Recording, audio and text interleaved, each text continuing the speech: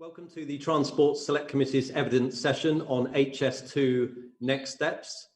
This morning we will be joined by three witnesses who will give evidence. Firstly, we'll have Sir John Armitt, Chairman of the National Infrastructure Commission. Secondly, we'll hear from Mark Thurston, who is the Chief Executive of HS2 Limited, building HS2. And finally, we'll hear from the Minister of HS2, Andrew Stephenson. And also this morning, we're delighted, as well as the members of the Transport Select Committee, to be joined by Meg Hillier, who is the Chairman of the Public Accounts Committee. Meg, welcome. Meg was kind enough to invite me to represent the Transport Select Committee when the Public Accounts Committee inquired into HS2. So we're delighted to work across committee. The aims and objectives of the session today are to look at the notice to proceed, which HS2 has been given, and assess what more needs to be done to ensure that it's a success, and also what lessons can be learned from the recent past and how things can be transformed, and finally to see how Parliament will get the transparency and confidence to assess this project. So perhaps we'll kick off with Sir John Armitt. Welcome. Sir John, would you like to give us your name and rank for the transcript, please? Yes, I'm John Armitt, the Chairman of the National Infrastructure Commission. Sir John, welcome. Thanks for joining us. You have been given responsibility this year for connecting or seeing how the projects with regard to rail can be connected from the Midlands and the North to HS2. How do you see this working?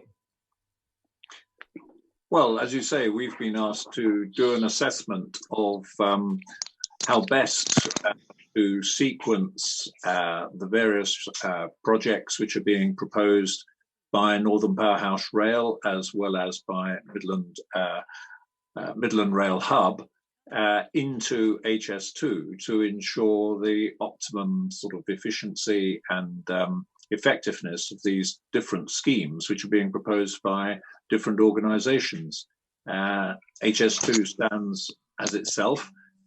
But as I say, the purpose is to look at these other schemes which have been proposed and look at the sequencing and obviously the cost profiles, the plans, and how we can best bring them together to ensure that we get the capacity and connectivity between these various schemes as quickly as possible to bring the maximum benefit, which is what the government is seeking, to the North and the Midlands. And Sir John, the Prime Minister, when he gave the okay for HS2 to continue, talked in the House of Commons about it not being a question of HS2 or these other major rail infrastructure projects, but a question of both of them. Now, this isn't just a question of money, even if that is still available. It's also a question of capacity, bandwidth, and the supply chain.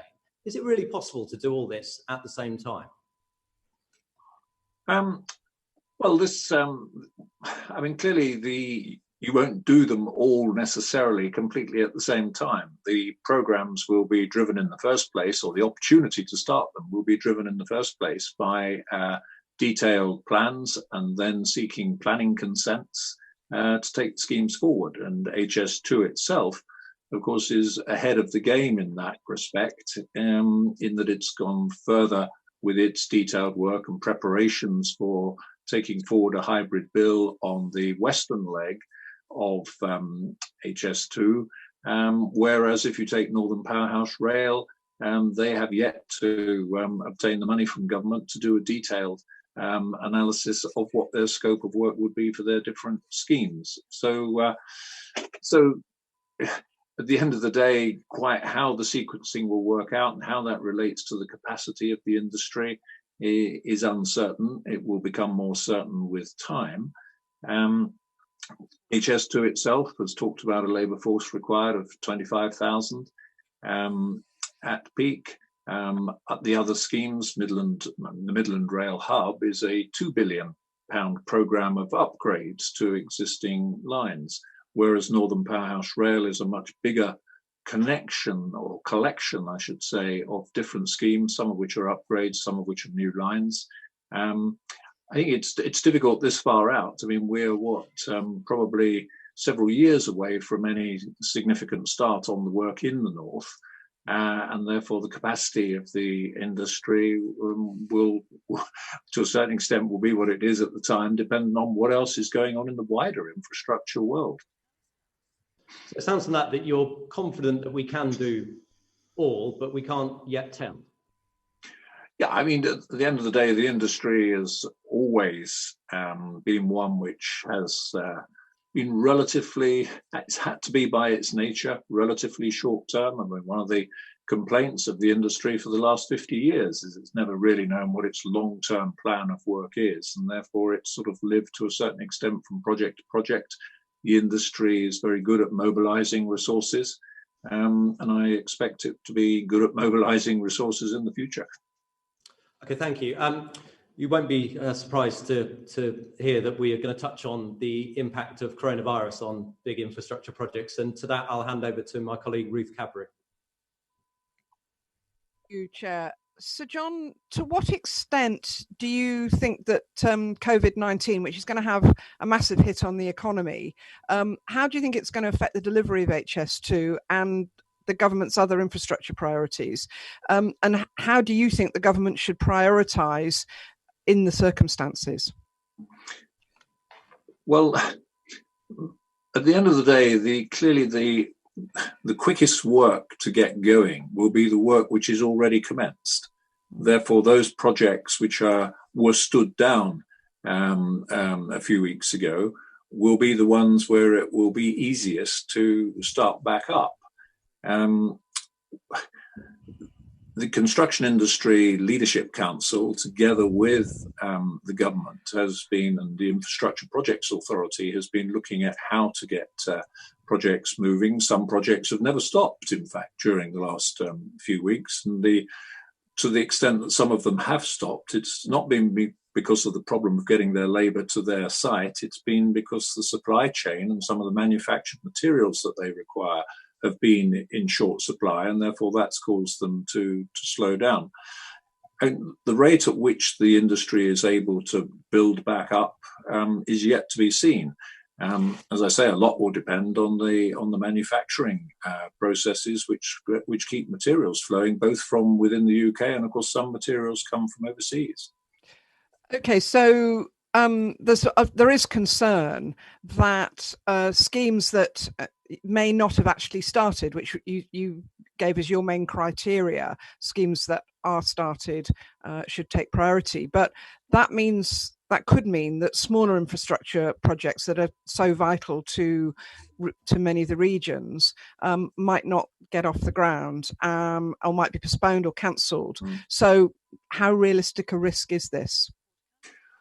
Well, I think, this is a political choice, quite frankly. I mean, government and local authorities at the end of the day could say to their to companies, we don't wish you to proceed at a certain pace on those projects. That will carry a cost.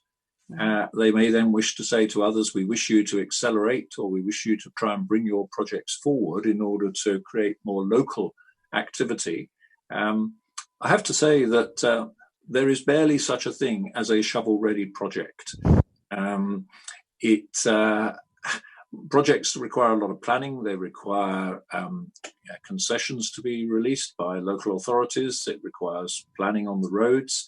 I mean, many people would say, well, let's rush out and fill up a lot of potholes. I mean, that sits within the last budget, an extra 500 million a year by government released to local authorities for pothole filling. But even that, the district councils, the local authorities and their contractors will need a plan of work, which they're going to have to get to grips with. So yes, there are things like that. People have talked about speeding up the delivery of broadband, which was all fibre, which was already being accelerated anyway under government plans. So it always is tempting and sounds tempting to say, well, let's move on quickly with this in the circumstances. But these things do take quite a lot of planning to get going. So which is why I say that in terms of getting movement into the economy and getting people paid, getting people working, the easiest thing to do is to take those projects which have already been started, whether it's by Highways England, whether it's by local authorities, whether it's by property developers, and make sure that those projects just pick up where they left off and get going. Yeah, I think the question was specifically around the rail projects? Well, Network, I mean, clearly Network Rail will have its programme of works, which will have a very significant rail capacity resource already has been working on it, will be working on it. The HS2 has been told to get going on phase 1, and therefore those contractors will now be mobilising their resources to get on with HS2. Other rail schemes around the country which haven't been started. Yes, the government at the end of the day could step in and say to Network Rail, well, we'd like you to take a preference for this one rather than that one. But those are, as I say, those in a sense are leadership, political judgments which need to be made by ministers. Before we come on to the case to proceed with HS2, I just wanted to bring Robert Largan in off the back of the exchange that I'd started with Sir John. Thank you, Chair. This was back on the issue of capacity. Obviously, Robert, sorry, you're we can't hear you. Do you want to try that again? Can you hear me now? Perfectly. Okay. So going back onto the issue of capacity, obviously we've talked about the challenges that there are facing capacity to deliver both Northern Powerhouse, things like the investment in the Manchester to Sheffield line, as well as HS2. I'd be interested to know your thoughts on what proactive steps the government can be taking to help make certain there is capacity in the industry to deliver all of those projects at the same time? And if not, which project in London and the South East would you cancel to free up capacity to allow us to invest properly in the North? Well, at the moment, the best thing that the government can always do to ensure future capacity is to give more certainty and to its long-term plans and its long-term strategy. As I said earlier, the complaint of the industry for the last 50 years has been stop-start, capital expenditure is easy to turn on, easy to turn off. But on the other hand, the more you do that, then the industry is going to be less inclined to invest in training, it's going to be less inclined to invest in plant and materials. If they can see a long-term programme of work, and if I could say, I think the water sector, the water industry has tried very hard to do this in recent years with its framework agreements, where it said to a contractor, in the most recent example, for the next 15 years, you are going to be our contractor. These are the broad outline of works that we expect you to carry out. In that case, that contractor is clearly able to plan ahead, mobilise, recruit, and do lots of things which otherwise it couldn't do. So I would say that, if we want to talk about how we're going to make sure that resources do become available for these projects, I mean, the Northern Powerhouse Rail hasn't been approved yet. Northern Powerhouse Rail hasn't even been designed in any sort of detail yet. Northern Powerhouse Rail have asked government for £25 million to actually get on with working up the outlined schemes that they want to do. So those are the sort of things which clearly government can do to get things moving. Because in the first place, it's not about digging holes. It's actually about doing lots of environmental work, assessments, design, consultations, a whole land acquisition. I mean, there's several years of work which will take place on MPR before you can actually start digging holes. Robert, did you want to come back on that? No, I'm very grateful for the answer, and I'll be following up with ministers later. Okay, thank you. So let's move towards the case to proceed with HS2, and we're going to hand over to Meg Hillier and Simon Jubb. So I'm not sure which of you wants to start. Good morning. John, as the government's infrastructure advisor, can you tell us why the government should plough ahead with a project which, by its own standards, represents low to medium value for money? Well, I mean, there's a personal view, if I can express one on this. Since my time at Network Rail, for the last 10, 12 years or more, I've been a supporter of the need to, on occasion, invest in new infrastructure. My broad line has always been there is a limit to how long we can put sellotape and sticky stuff on a railway which was originally laid down sort of nearly 200 years ago. And occasionally you have to build new. the most reliable railway we have in this country at the moment is the Channel Tunnel Rail Link, or High Speed 1, as it's called these days. We have a capacity constraint on the West Coast Main Line, which is one of the significant, or the main driver really, for High Speed 2. I mean, it's called High Speed 2, but frankly, it's more capacity to the north is the definition of this scheme. Rail, I think, public transport will continue to grow. The demand is there. The business case is always a tricky one. I mean, economists will always come to different views. We're talking about a project which is going to be beneficial to the country for the next, 75 years at least. And therefore, forecasting how those long-term socio-economic benefits are going to play out is a challenge for anyone. I think to a certain extent, occasionally you have to say, this looks a sensible thing to do. So let's go ahead. With that in mind, though, and I take your points really clearly, if the costs continue to spiral, and we've seen that, and we can see it very clearly, would you advise a future review of the project to ensure it doesn't impact on other transport infrastructure projects in other parts of the country in regions that haven't got that same level of investment, for example, the Southwest? I mean, clearly cost, the ability to hold a project to cost is a challenge which every project faces, no matter how big. I mean, we know from the work we do at home, we can face these problems. Every project has that need for cost control. A large part of that comes back to somebody saying at the beginning, well, what is the most important thing that you value here? Is it actually cost, or do you actually want the most super duper specification with the broadest range of benefits accruing to this project in terms of extra bells and whistles which you want to add on to this project? Is it that you want to have the most environmentally friendly project in the world? We have to trade off across these. So what we've always said is that the more work you do before you start building, the more likely you are going to be able to control the costs. The more work you do about really getting to grips with what you value, and to a certain extent, how much can I afford? And we don't always say that.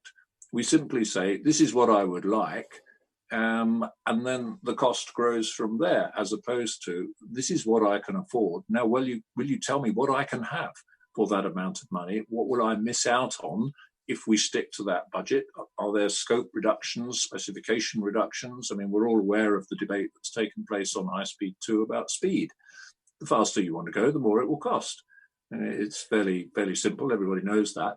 The more you want to go into a city centre rather than build a parkway station on the outskirts of a city, the more it is going to cost, because the most expensive parts of these schemes are the urban elements where you start digging up cities. So controlling cost on a project is across a whole range of, if you like, activities and decisions which have to take place. I'm sure Mark will speak to this himself when he comes on, and the challenge that he faces as the director for HS2. So, and there will always be the unknowns. We all know that the more work you've got in the ground, you can't survey every inch of the ground along a route, so there will be unexpected things you discover. And again, the more you're in a city, the more you're going to be discovering services and things. All the utilities don't know every service they have in the ground. And so you're always going to get unexpected shocks, as it were, when you start digging up cities. So I think that at the end of the day, once you've started a project and you've decided what it is that you want to get out of it, it then requires very rigorous management, very strong leadership by the team with their contractors. And I would argue that the way to do that is to have maximum collaboration between everybody. The idea that you simply take contractors and pin them up against the wall and say, if you don't do this, I'm going to penalise you and you're going to pay these penalties, etc., etc. I can tell you as an ex-contractor, I'll then spend my time applying my intelligence to how I make sure I don't pay those penalties. If you say to me, let's work together on this and see how we can reduce the costs and I'll share the savings with you, which is what we did on the Olympic Park, then that contractor's motivation is to keep the cost down because he's going to get extra profit from it. Value for money is indeed the key. I'd like to hand over now to Meg Hillier from the Public Accounts Committee. And so, John, I'm just was interested in your analysis of the business case. It seems that you seem to fall into the camp that, maybe I paraphrase unfairly, that says it's worth going ahead because there might be wider benefits, even though we haven't quantified them, because the benefit cost ratio is quite low. As you and I know, there have been big cost overruns and a lot of efficiencies yet to pin down. So that risks going even lower. Have you done anything working with the department to assess what those wider benefits could be and to monetize those? No, not yet. I mean, this is the first time as the NIC that we have been bought into HS2. When the NIC was created, we were actually specifically told, don't look at HS2, don't look at Heathrow. These are things where the government has already made its decision.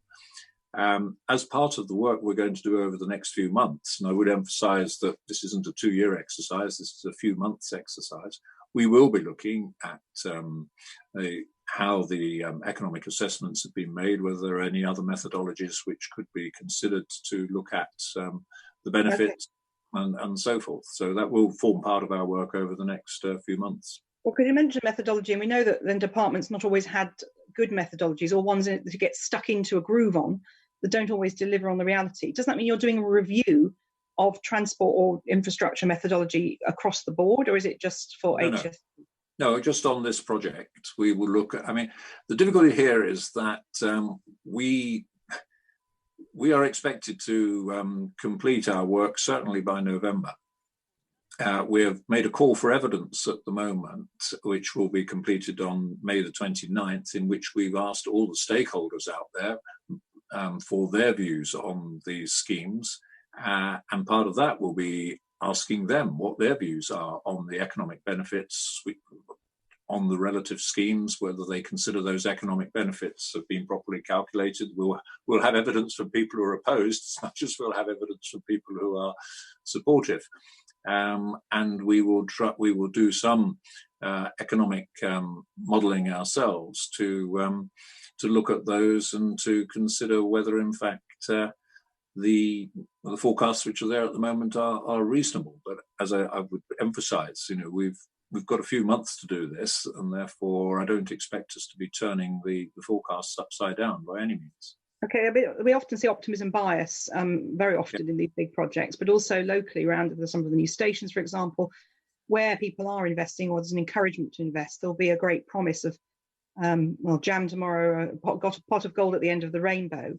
How are you rigorously, in just a few months, really, it's not that long, going to actually assess whether those positive proposals locally have a positive gloss because of a will to have a positive gloss, or are actually embedded in economic outputs, especially given where we're in the middle of COVID-19 and we really know there's going to be a very big dent in the economy, which will presumably put out of whack all of those previous assumptions in any case? Well, and that's always the case. I mean, nobody can ever actually be guaranteed that when somebody says, well, I'm going to invest in a new factory, or if that goes ahead, I'm going to definitely come along and build more homes or whatever. You can only take people with the best of intentions. You can see that by creating better infrastructure, you will free up or you will give better connectivity, and therefore the more you can create a situation where an investor, and let's remember, these are private sector investors. People often say to me, well, how are we going to level up the North? Well, fundamentally, we'll level up the North by people believing it's a good place to invest in. The government is an enabler in that, and government invested infrastructure is an enabler in that. It's not the only answer. It will also require government to invest in education. It will also require us to look at whether our technical training and our vocational training in this country is delivering properly. Because if I'm going to invest in a factory and I can see there's no skilled labour in the area, I probably won't invest in the factory. So the infrastructure is just one element of it.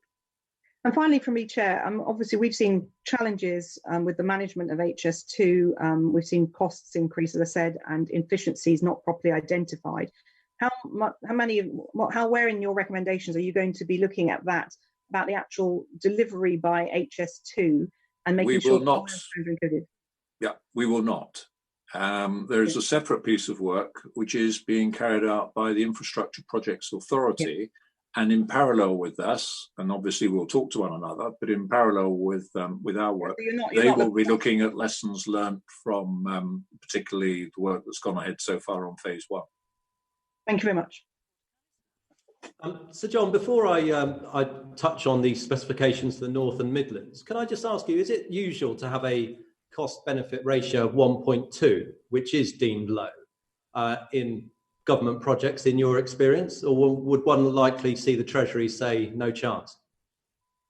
I wouldn't like to say. I've always held the view that the most important thing about getting a project going, particularly a very large one, is political will, and that if you haven't got the Prime Minister and the Chancellor on board, then it ain't going to happen, regardless of the cost-benefit ratio. The last time I was involved in a major project like this was actually High Speed 1, when that was finally given the go-ahead back in 93, 94, and we had different routes we had to consider and so on. There were also debates then about the cost-benefit, and the interesting thing there, of course, was that it was the domestic services and the improvement to the domestic services in Kent and into London, which primarily drove the economic benefit there. It wasn't the international. The international travel was part of it, but without the domestic services, there would never have been a decent business case. But no, I think the government will make the decision on a whole host of reasons, not only the business case. I've never been sat around a table with government ministers saying, well, this is 1.2, that's 1.4, shall we go ahead or not? Those are not decisions I've ever been involved in. So this would appear to you to be a political decision rather than a decision based on economic good? No, I'm not saying that at all. I'm saying, I mean, if you look at the end business case for this project, at the moment it's projected at 1.5. There will be other schemes which will have benefits of over 2. On a scheme of this scale, though, together with this wider purpose here, which is the levelling up agenda which government has, I think government has to say, well, to what extent do we see this as being something which is going to enable us to meet our other wider objectives in a socio-political way in this country, in creating more opportunity in the Midlands and the North. I mean, the big support for HS2 largely comes from people in the Midlands and the North who do see it as something which is going to enable them to move their economies on more quickly and bring benefits to people in their regions. Well, speaking of Midlands and the North, that's what we're looking to touch on now, and fitting Lillian Greenwood to lead us on this session. Thanks, Hugh, and good morning, Sir John. I think it's probably 9 years now since the decision was made to go ahead with the Y-shaped route rather than the S route, and yet in some ways that feels like it might be up for grabs with your review of phase 2. Will you be considering the case for changing the number of destinations on the phase 2B of HS2? Well, there aren't that many destinations. What we will be looking at is the plan as it is constructed at the moment for phase 2B, west leg, east leg. We'll be looking at that in parallel with and reflecting on how that works with the proposals which are on the drawing board for the Midland Rail Hub and for Northern Powerhouse Rail. I mean, Northern Powerhouse Rail is in itself £39 billion worth of projects, a mixture of new lines, upgrades, and so on. TransPennine upgrade is probably their number one priority, they would argue, at the moment. So our task is to look at all these different schemes, and as I've described it in the past to people, really to come forward with a menu of options to ministers, which will say, well, there's a whole host of schemes here. Here are different ways in which you could bring those schemes together, both in investment terms, in time frame terms, and clearly in benefit terms, and try to optimize the connectivity and the capacity. And what the government has made quite clear is that they want to know are there ways in which we can speed up those improvements in connectivity and capacity in the Midlands and the North? And that's what we'll try and pull out of all these different schemes. I'm not sure that I yet know the answer then around particularly around the eastern leg of phase 2B. Are there towns or cities or other destinations such as airports that you can guarantee will remain on the route? Or is the eastern leg itself a certainty? What's your feeling on that? Well, my feeling on that is what I've heard from the Prime Minister and from government, which is that in principle they expect phase 2B to go ahead, and that includes both west and east.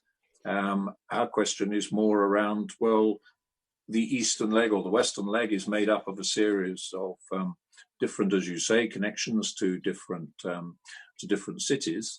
But fundamentally, it's how you get to Leeds by two different routes via Manchester and via Nottingham and Sheffield and places to the east. But Northern Powerhouse Rail has its series of projects seeking to improve those connections, for example, between Manchester to Leeds, both in a new railway via Bradford or in upgrading by building the Transpennine upgrade as another way of getting there. Liverpool is seeking its improvements and connectivity with both High Speed 2 and with Manchester.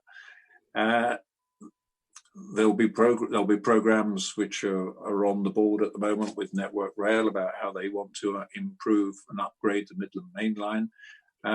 All of those schemes can be sort of put, if you like, it'd be rather complicated, but you could put them into some sort of model which says, well, if you dissect all these, how do you get the best and quickest improvements to the Midlands and the North? And that's what we will try to do. We're not saying that at all that we expect to come out of this. Well, we recommend that we don't build the western leg or the eastern leg of High Speed 2. We're taking those as given. It's more about the phasing and the sequencing. Yes, and I think the government's intention is to bring forward legislation as soon as practical on the western leg of phase 2B into Manchester, with an intention to legislate for the 2B in a number of hybrid bills. Is there a concern? I know you talked about bringing forward a number of options and then there being a political choice. It feels to me potentially that the North has a higher priority than the Midlands, or perhaps the North has a larger political voice. What reassurance can you give to those in the Midlands, particularly the East Midlands, where we don't have any metro mayors, that we're not going to end up with a sort of East-West divide or a sort of missing Midlands in this project? Well, I mean, our analysis will simply look at the facts.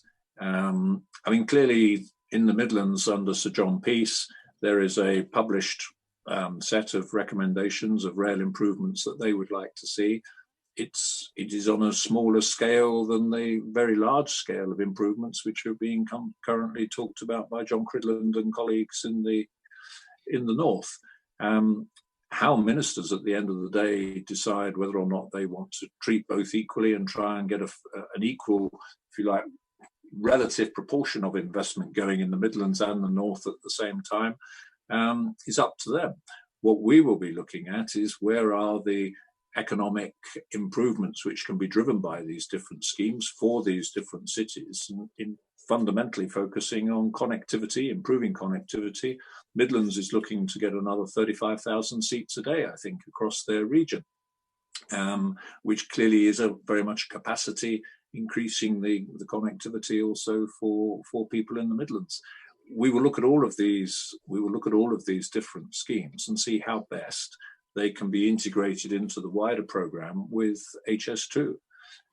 At the end of the day, no matter what people might say in theory about how those might best be integrated, you'll only start to move them when you move along, particularly with the new railways, on getting those hybrid bills moving and the planning consents, where all you're doing is upgrading an existing piece of network rail infrastructure.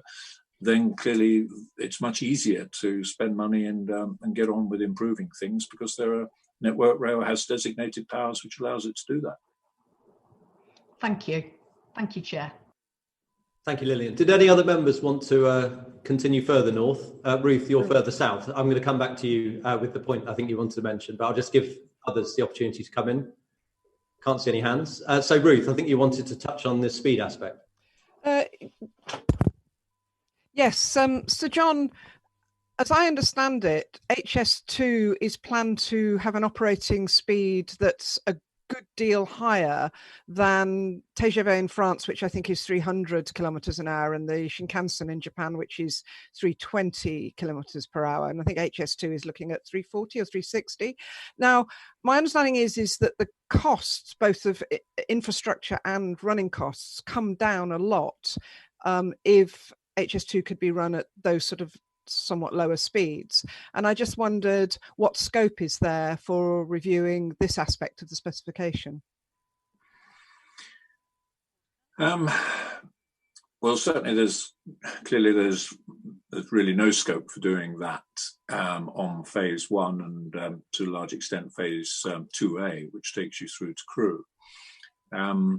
Beyond that, clearly, yes, you could look at that. We're not seeing that specifically as being really part of our work, because that's more of an engineering driven technical approach.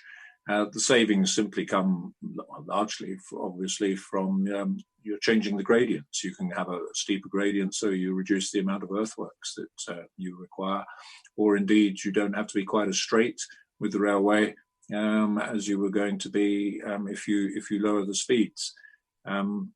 So those, I think it's a question for Mark, really, I think, as to the extent that when they're developing their plans for phase 2B, what impact that might have if they were to reduce the speed by 50, 70 kilometers an hour back to more normal operating speeds. I mean, the economists or the theoreticians will always say, as they used to say to me on high speed 1, oh dear me, John, if you do that, we're going to lose 2 minutes off the journey time from London to Ashford, and that 2 minutes will represent this economic impact, because it's 2 minutes less into the economic calculator. Personally, I don't have too much sympathy with those arguments. If I was going to lose a quarter of an hour, I might, there's clearly a boundary between saving the odd minute or saving 20 minutes. And a lot of this is psychology as well. People being told that it's Manchester to London is under 2 hours. It just creates a different attitude in your mind to how willing you are to make that journey. My also, I think that may be true, particularly when now we can work productively on trains, everyone's travelling for work, because and a lot of the cost benefits specifications were set before train travel was seen as a place to work, as opposed to just merely downtime going from A to B. No, I think that's clearly right. There's still room, as we've said, as the NIC quite recently. There's still a room for a lot of improvement on the rail network in terms of just how good the broadband connections and telephone connections are on the railway. And we all know that at times they can be infuriating as we go in and out of our conversations, particularly on the West Coast Main Line or going up to Manchester. Yes, I mean, clearly that's how you calculate those benefits will be impacted, as you say, by that. And as people are already saying, of course, will our familiarity in the very thing we're doing at the moment, to what extent might that impact our desire to travel for meetings in the future, or we have more meetings in this way?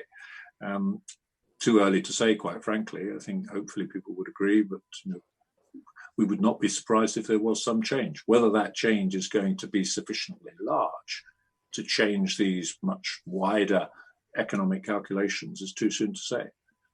So John, we've got 1 minute left. Can I just ask you, why is it in this country we seem to struggle with deadlines and budgets on big infrastructure projects? Is it because we're a democracy? Is it our legal system? Is it because civil engineers don't really look at how you actually link all of these things in at the end? or is it because governments just set deadlines for the announcement of the opening before it's really ready to do so? Yeah, all of those and a few more. I mean, Brunel was very often not overly popular with his shareholders with the overrun of costs which took place on the railways and projects which Brunel built in the 19th century. I mean, major infrastructure has always faced many challenges when it comes to that initial budget. And of course, the trouble is, the peril for all of us is we give a figure too soon. That's the figure which everybody remembers. And then you're damned from then on. I would argue, and if you would say to me, how do I think we can move better, then I would say that everything lies with the client. The starting point is the client. He's the one who decides what he's going to value out of this project. He's the one who has knows what it is that he wants as an output.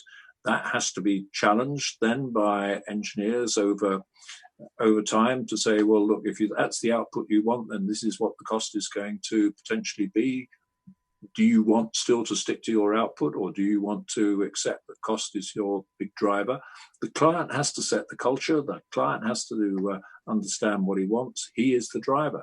He will then also set the culture of the contractual arrangements. And as I said earlier on, I am a very firm believer in collaboration. And there have been projects in the last few years where the client, the designer, the contractor have acted as a single team, sitting around the same table for the whole duration of the project, totally open with one another about their challenges, addressing those challenges quickly when they arise. The worst thing that can ever happen is that things start to go wrong and people are afraid to talk about it. And so all of a sudden you've got a big surprise, whereas you needn't have had a surprise if people were very collaborative and open with one another about what was the challenges that they faced and the need to address those challenges as quickly as possible.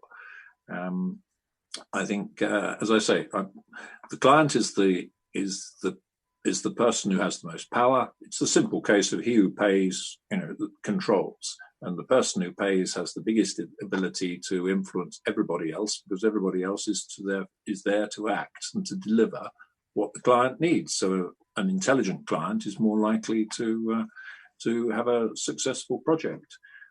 Okay. Traditionally, we always want, as you say, politically, we want to get a spade in the ground. We want to show that we've started work. The more time we can spend, the biggest opportunity to get your cost forecast right, the biggest opportunity to save money is before you start construction. So spending more time and money at the front end in really addressing all these challenges and issues and getting very clear amongst the whole team, client, designers, contractors, suppliers, what they can do to optimize the time and the budget. That's time well spent. Once you've started, it's more difficult. So John, thank you ever so much. We're going to move on from Brunel to HS2 Limited now. Can we just all thank you very much indeed for the time you've given to us, and we wish you the very best as well. No, my pleasure. Thank you. So could we now move on to the second part of our session on HS2 Next Steps? And could I ask our evidence witness to introduce himself, please? Yeah, can you hear me okay? My name is Mark Thurston. I'm the Chief Executive of HS2 Limited.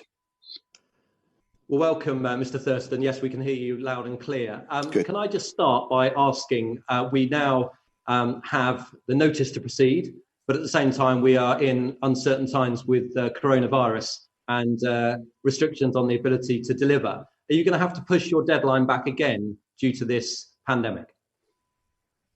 No, we don't know yet, frankly. I mean, none of us know quite where COVID-19 will play out over the rest of this year, and from what we're hearing in the media into next. We have started work. We were doing work when the pandemic really kicked in, and we've continued to work through the last few weeks. And as you say, notice to proceed is a big decision for us, but it's too early for us to really understand what the full impact will be. But in the fullness of time, that's surely something we will do, of course.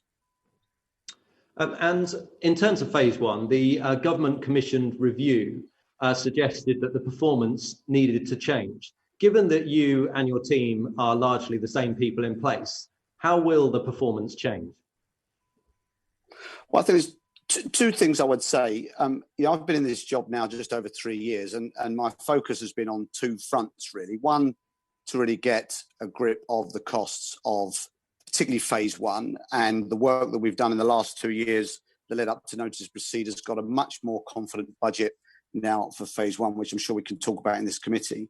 The other thing is to set the organisation up for the next phase. The organisation I inherited was really a development organisation. It just comes through getting royal assent for the first phase, so a lot of the work around the legislation.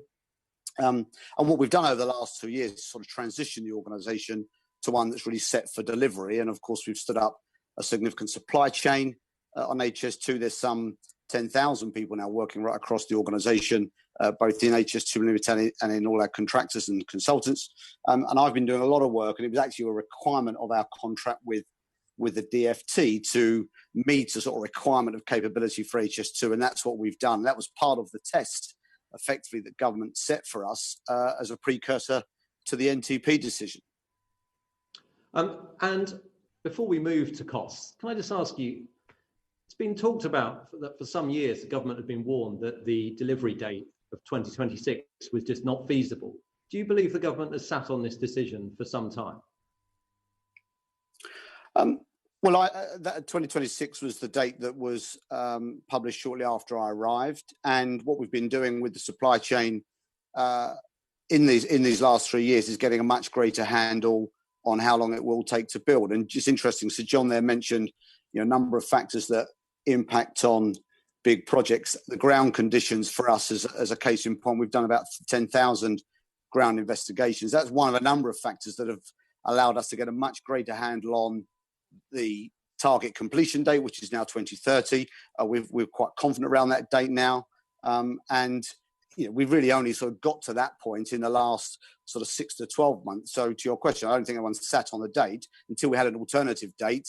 And the company was able to come forward and present to government a much more robust schedule for delivering phase one. That was the case. And as I say, we've done a lot of work with not just the IPA and Treasury, but also we've had SAI Business School help us understand sort of risk assessment around the schedule. And that's what got us to the date now for 2030 for phase one, target date for phase one completion. Thank you. We'll now turn to managing the costs of HS2 Limited, and I'll hand over to Meg Hillier and Ruth Cadbury. Thank you very much, Chair. Mr. Thurston, we've obviously looked a lot at this on the Public Accounts Committee, and we've seen very optimistic predictions on costs, hugely optimistic predictions on efficiency savings. So where are you now in delivering on those efficiency savings that you've identified for phase one, and how robust are your numbers? So we've agreed now a funding envelope for phase one of 45 billion. We have assumed some efficiency savings in there, but nowhere near the level of efficiency savings that were baked into the estimate that I inherited, the estimate back of 2017.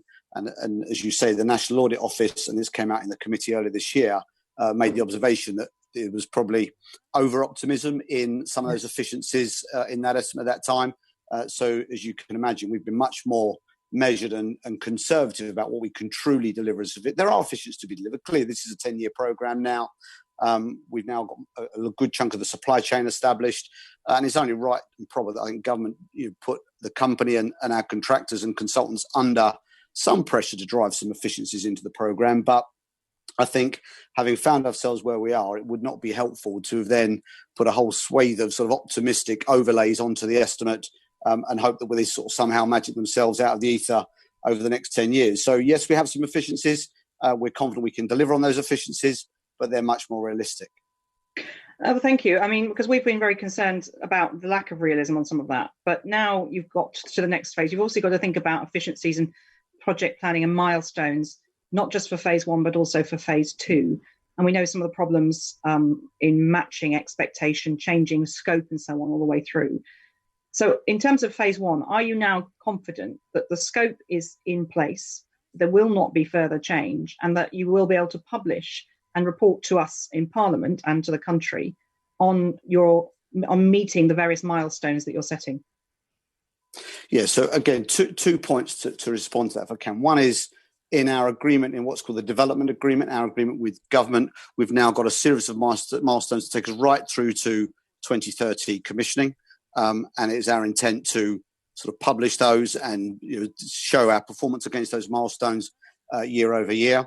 The other thing we've committed to do with the department as a result of getting to notice to proceed is that we would make, there would be a sort of ministerial statement. I know you've got the minister following me this morning in this committee, and that there would be a ministerial statement to the House. I think the suggestion is every 6 months, which would feel probably appropriate. So, to your two questions, yes, we're confident we've got milestones. The scope is solid. That's all baked into what government approved in notice to proceed.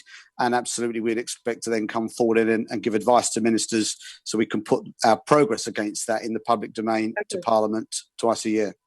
And I mean, we know that milestones can shift for all sorts of reasons. You can have ground conditions, you can have political decisions that derail, that move you into a slightly different path, literally in this case. So how are you going to be open and honest with us about when there is a challenge? Because we have had instances, as you will know from our last session, when we have been concerned that evidence given to select committees of this House have not been has not been as forthright as it could have been. When there were known problems behind the scenes, we were not being told. People know we're not, we do know that big infrastructure projects are challenging, that problems can arise. Will you commit to us today to being perfectly frank and honest about that, and not being hampered, if you like, by the political pressures of saying it's all going to be fine, gung-ho, we're going to deliver, because we know that there may be problems ahead. So will you commit to us today to being honest about those problems and telling us very clearly when a milestone is under threat in advance, and indeed if it's not met? Yeah, absolutely, we'll commit. And the idea of sort of being dishonest, just at a personal level, can't sort of comprehend that. I mean, one of the things we're agreeing, and in fact we start next week, is a new ministerial committee that the Secretary of State is going to chair, and that no doubt will sort of find its feet over the coming months. But our expectation is we'll take forward our management information to that committee every month. And ministers will be privy to how we're performing against those milestones. And to your previous question, I know the ministers are committed to giving an update to Parliament every 6 months. So absolutely, there'll be complete and there's always actually been a reasonable amount of transparency between the company and the department. So and that will certainly continue now with the other side with NTP. Yeah, not always with Parliament. So that's the bit we really want to nail down. Thank you very much, Chair. Thank you, Meg. Ruth. Is one of the problems with HS2 is that the cost was underestimated right at the beginning, and everybody's been on catch up when the reality of the cost of a project like this was realised? Well, if you come back to the earlier question, the budget I inherited for HS2 in the spring of 2017, which was published then just after Royal Assent, that budget was effectively set in 2013. It was up-revved in the spending. It was revised in the spending review in 2015 and became the same budget that was committed to in 2017. Now, there had been some pressures on that budget through 16 into 17. And to the earlier question, some efficiencies were there was some optimism put into that budget at that time. And that's what played out in the work that the NAO did with us last year. So to your question, yes, there's been a budget that's been fixed for some time. And I come back to where I've been focused since I've been in this job, is getting now a robust estimate that we can commit to. And frankly, without having got a robust estimate, there is no way do I believe this government would have committed to notice to proceed unless they had confidence in the numbers we've brought forward now. So you feel that for subsequent phases, the same thing won't happen? Well, I think, so John touched on this idea of sort of locking a budget down for a project too early can obviously become, can sort of come back and haunt us at a later point when we've got a true understanding. And, I think his point around spending longer in the planning and development stages and truly understanding what the budgets of these projects are, but also making that tension between how much you can afford versus what benefits you want to deliver, which is why for phase 2A and phase 2B, we've kept ranges for the budget for good reason. And obviously we'll refine those ranges over time as we get much greater clarity on exactly what we have to build and we understand how long it's going to take to build.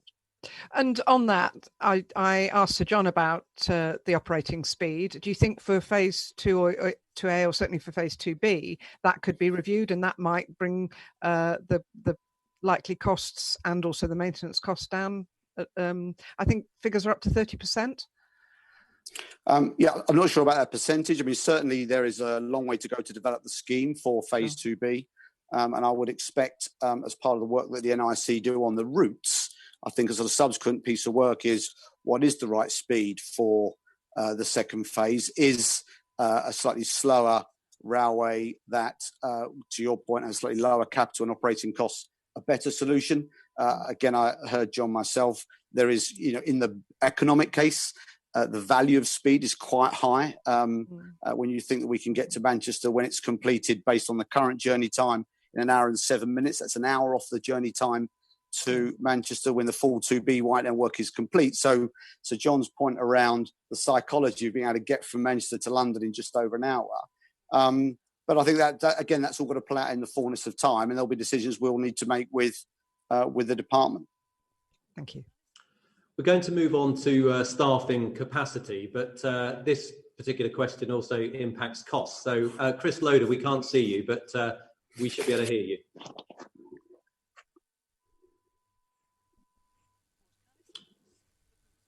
I think we're just setting this up. No? Right, well actually, okay, so first of all, perhaps... Yeah, I'm here, sorry. Yeah. Okay, you're with us. Yeah, I'm here. Mark, you're the highest paid person on the civil service payroll, and you're paid in excess of £600,000.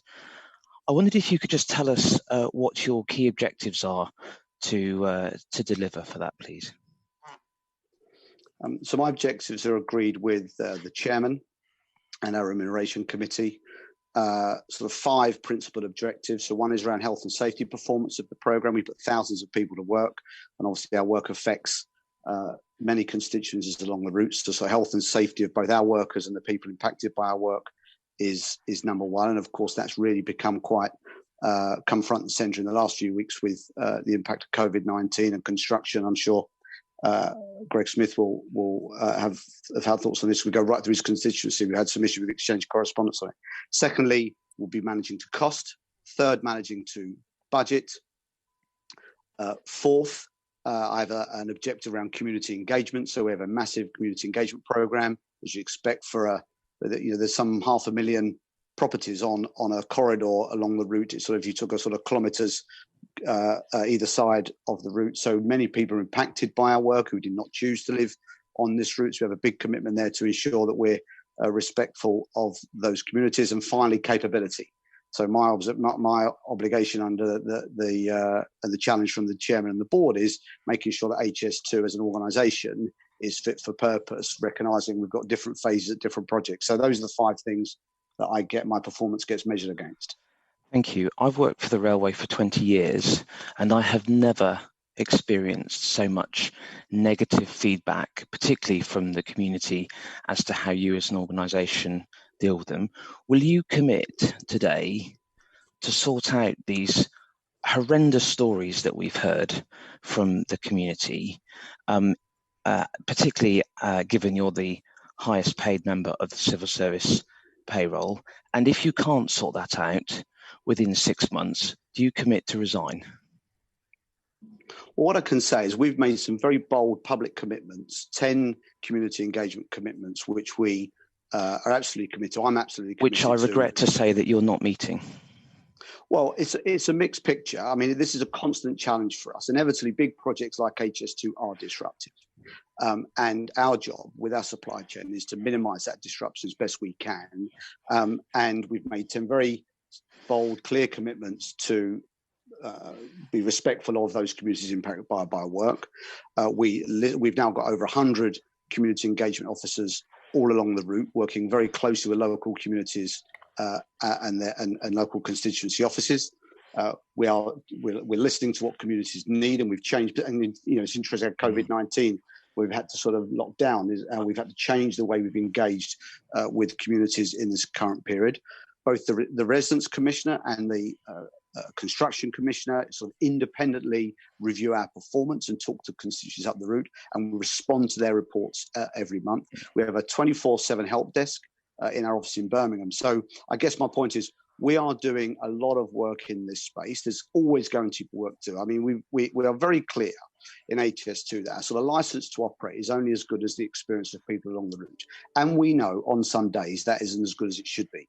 And my commitment and Mark, I'm sorry just to cut across you. I appreciate we've got other questions to have. Can I ask you now for a commitment that you will meet online if necessary with me and the members of Parliament on the route who are desperately affected by this, who have the most horrendous stories, and will you commit to fix these issues as urgently as possible? Absolutely. We are absolutely committed to working with constituency MPs, their offices, local authorities, to make sure we deal as best we can with the issues that you refer to. Thank you very much. Just on the, you talked about the 5 targets that you have to meet. How much of your salary is then deducted if you don't meet performance, or is it all fixed salary? So I have a base salary, and then I have a 10% of my salary is performance measured. So those measures I refer to affect 10% of my remuneration. So over £500,000 is fixed whether you perform or not? That's my base salary, £540,000. And then there's a 10% element on top of that is incentivised around those objectives. And if I don't deliver them, I don't get it. So it's quite a small proportion of your salary if you think about the risks involved. That was really set by the board and government at the time I took this role. So that was the nature of the package that was offered to me at the time. Okay, all right, thank you. We're going to talk more about staffing capacity, and I think I'm going to hand over to the chair of the Public Accounts Committee, and then I'll bring Carl McCartney in as well. Meg. Thank you. Ms. Thurston, can you tell us what skills are lacking in the market at the moment that you're going to need, and what the timescale is for filling those?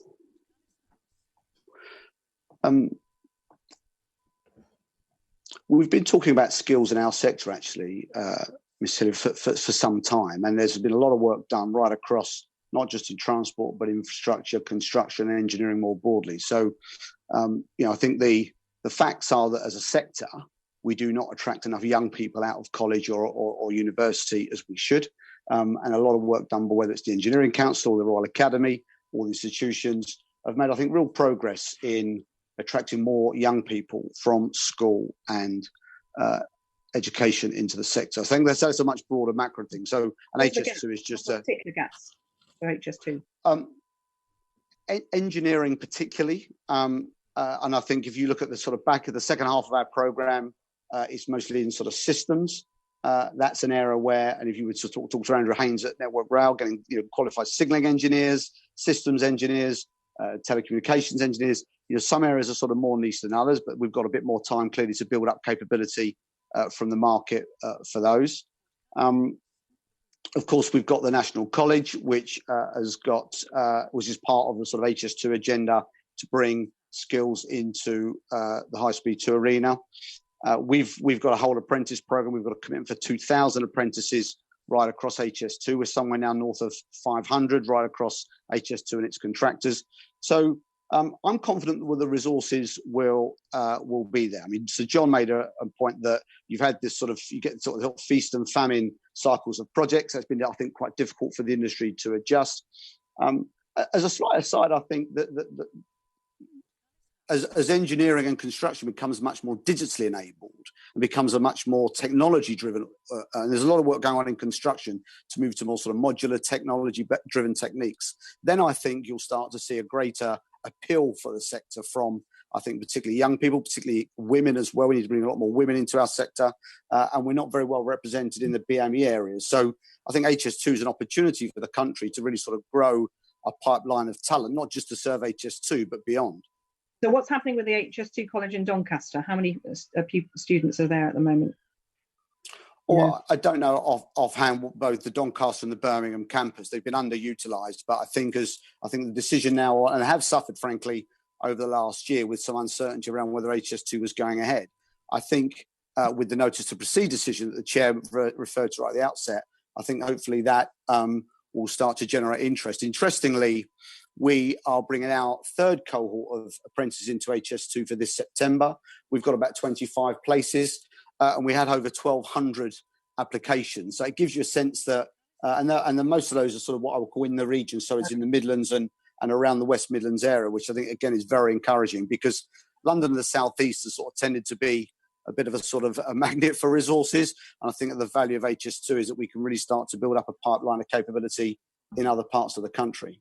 Okay, perhaps you could write to us about the numbers at HS2. And with COVID-19, how are you going to ensure that the pipeline of young talent coming through, but also other development at different levels of experience, is maintained so that we don't have a dip in skills at a point in the future when restrictions are lifted? Yeah, I mean, that's going to be a challenge for us. And I think, as I said earlier on, none of us really know how COVID-19 is going to play out. I mean, interestingly, and maybe quite perversely, is we've all become much more digitally aware of working from home, using technology to communicate. This committee is a case in point. Clearly, there are some good things. Not necessarily laying tracks, though, is it? No, but I think there are things coming out of this period that I think we want to hang on to, in terms of the way we work in business and the way we work in both the public and the private sector. How are you going to make sure you keep that pipeline going, that COVID-19 is not going to mean that there's a dip? Have you got plans in place? Well, we'll have to double down our efforts on that. We don't fully understand what the impact will be as yet, but we've got both within HS2, but also with our contractors, a whole skills and employment strategy, and it's borne significant fruit thus far. Of course, the notice to proceed decision was always seen for us as an opportunity to give us a real sort of change the game in many respects, for us to attract people into the sector. It's somewhat, as you say, impacted now by a headwind of COVID-19, but as we come out of the other side of that, I like to think that we would still be an attractive proposition for people wanting to join our industry. Can I bring in Carl McCartney? Can I just come in on one point, please, Chair, just to finish off on that? We've spoken on the Public Accounts Committee about a number of issues around skills. One of them is that you moved from London to Birmingham. You lost a lot of staff doing that. Have you employed any of those staff as consultants, and what typical rates are they on, if so?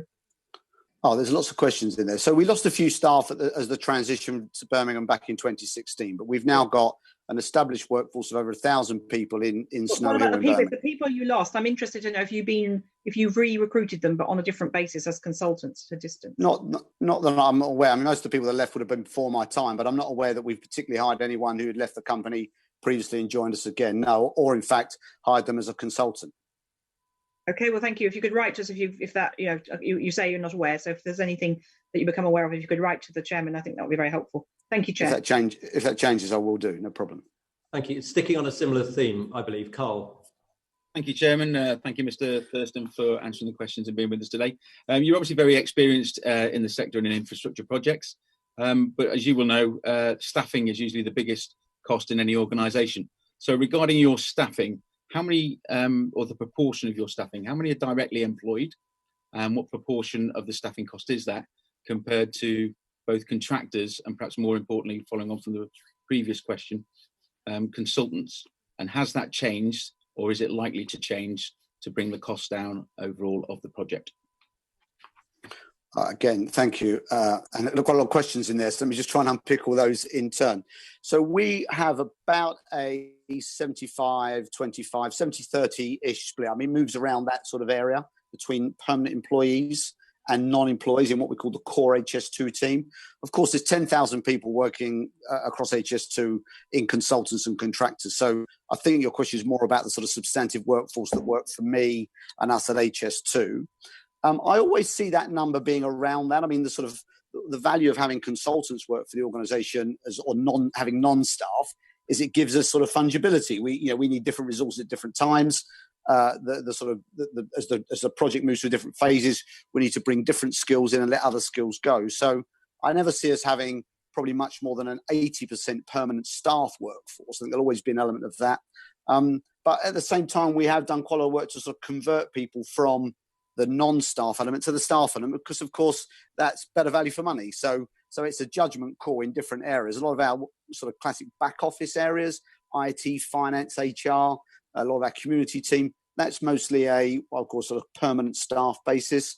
Some of the areas in the project, some of the engineering technical skills, they tend to be a bit more fluid, and that will be more of a blend and a mix. Okay, well, that's fine. You've talked about the numbers of people and the proportions, but actually, could you also provide to us, and I know you probably won't be able to do it now, but if you could write to the chairman, it'd be very helpful, the proportion of costs So you and I both know that within the industry, certainly within the rail industry, some consultants get paid very well indeed. And that would mean that the 20%, perhaps minimum, perhaps 25% of people who are consultants might well be costing more than 25% of your salary stroke payroll costs. Oh, and they will be. I mean, that's a fact of life. When you hire people from the private sector, there is a premium to pay for that. But that's trade off against, I think, both the availability, what we need. Interestingly, we've just been through a major change program at HS2 to get ourselves ready for the next phase. So people have left and will leave the organisation as a result of that. So the organisation's got slightly smaller and sort of leaner, which might sound slightly counterintuitive, recognising moving to the next phase. But I can set out for you a bit more detail about what that split is and what the cost is. That would be fine. But in your experience, and this is quite an easy question to answer, is it normal at HS2 what that breakdown is currently? Yeah, if anything, I think we've now got a good mix. And we've also got a good mix both. Our gender balance is pretty good. And for the sector, our BME representation. So again, these are other factors that we consider when we look at the diversity of the workforce, the makeup of the workforce. Thank you, Mr. Thurston. Thank you, Chairman. Thank you, Carl. We're going to move to the land and property acquisition and the community aspects of this. And before I bring in Greg Smith, I should just tell him that I've had a note that 3 of his important constituents in Buckingham, in the shape of my mum and 2 sisters, are watching him with great anticipation. Over to you, Greg. Thank you, Chairman. And just for transparency for all members of the committee and the witnesses, I feel I should declare that, like a huge proportion of Buckinghamshire residents, I live in a village that is not far from the route of HS2, although my own property is not affected. I do want to stress that. Mr. Thurston, you were right earlier on. I do have very strong views on this, and you and I have corresponded regularly on it. I'd like to start with the immediate concerns that people have, not just in my own constituency, but in Warwickshire particularly as well, surrounding the response of HS2 Limited and your contractors to COVID-19. It is welcome that you have said that you will operate within Public Health England guidelines. However, the reality on the ground is still very different. My office gets multiple reports daily of contractors of HS2 Limited not social distancing, not following the government's guidelines whilst continuing the enabling works in places like Steeple Claydon in my constituency, but in Warwickshire and other sites as well.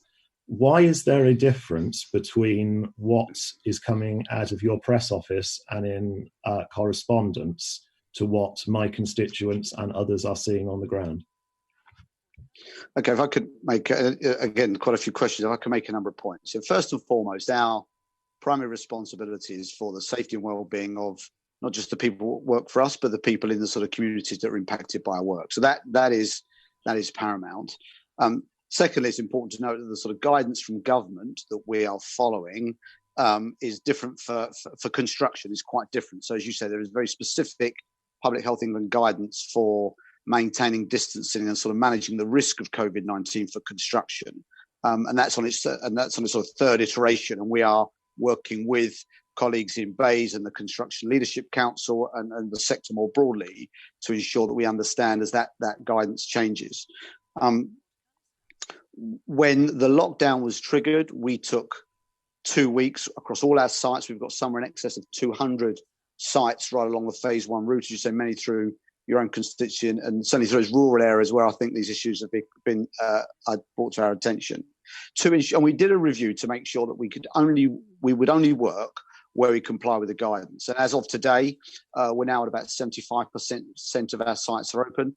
That's increased from about 65% a couple of weeks ago. So we've been opening up a few more sites where we can be confident that we can comply with the guidelines. But frankly, if we can't comply with the guidelines, we will shut our sites. And we will take a sort of zero tolerance approach with our contractors. Our contractors are ultimately responsible for complying with the guidelines. I've engaged with all of the CEOs of our key contractors. They take this very seriously. So they are equally only prepared to go and work where they can convince themselves that they can put their own operatives and then the impact of that work to communities where it's compliant with the guidelines. So you have my commitment to make sure we continue to do that. There have been a number of instances where we've seen and your office, amongst others, have brought to our attention some instances, and we've got some ongoing investigations. I mean, we would investigate all sort of safety-related issues anyway in construction. We treat COVID-19 issues in exactly the same way. So there are a couple of investigations going on.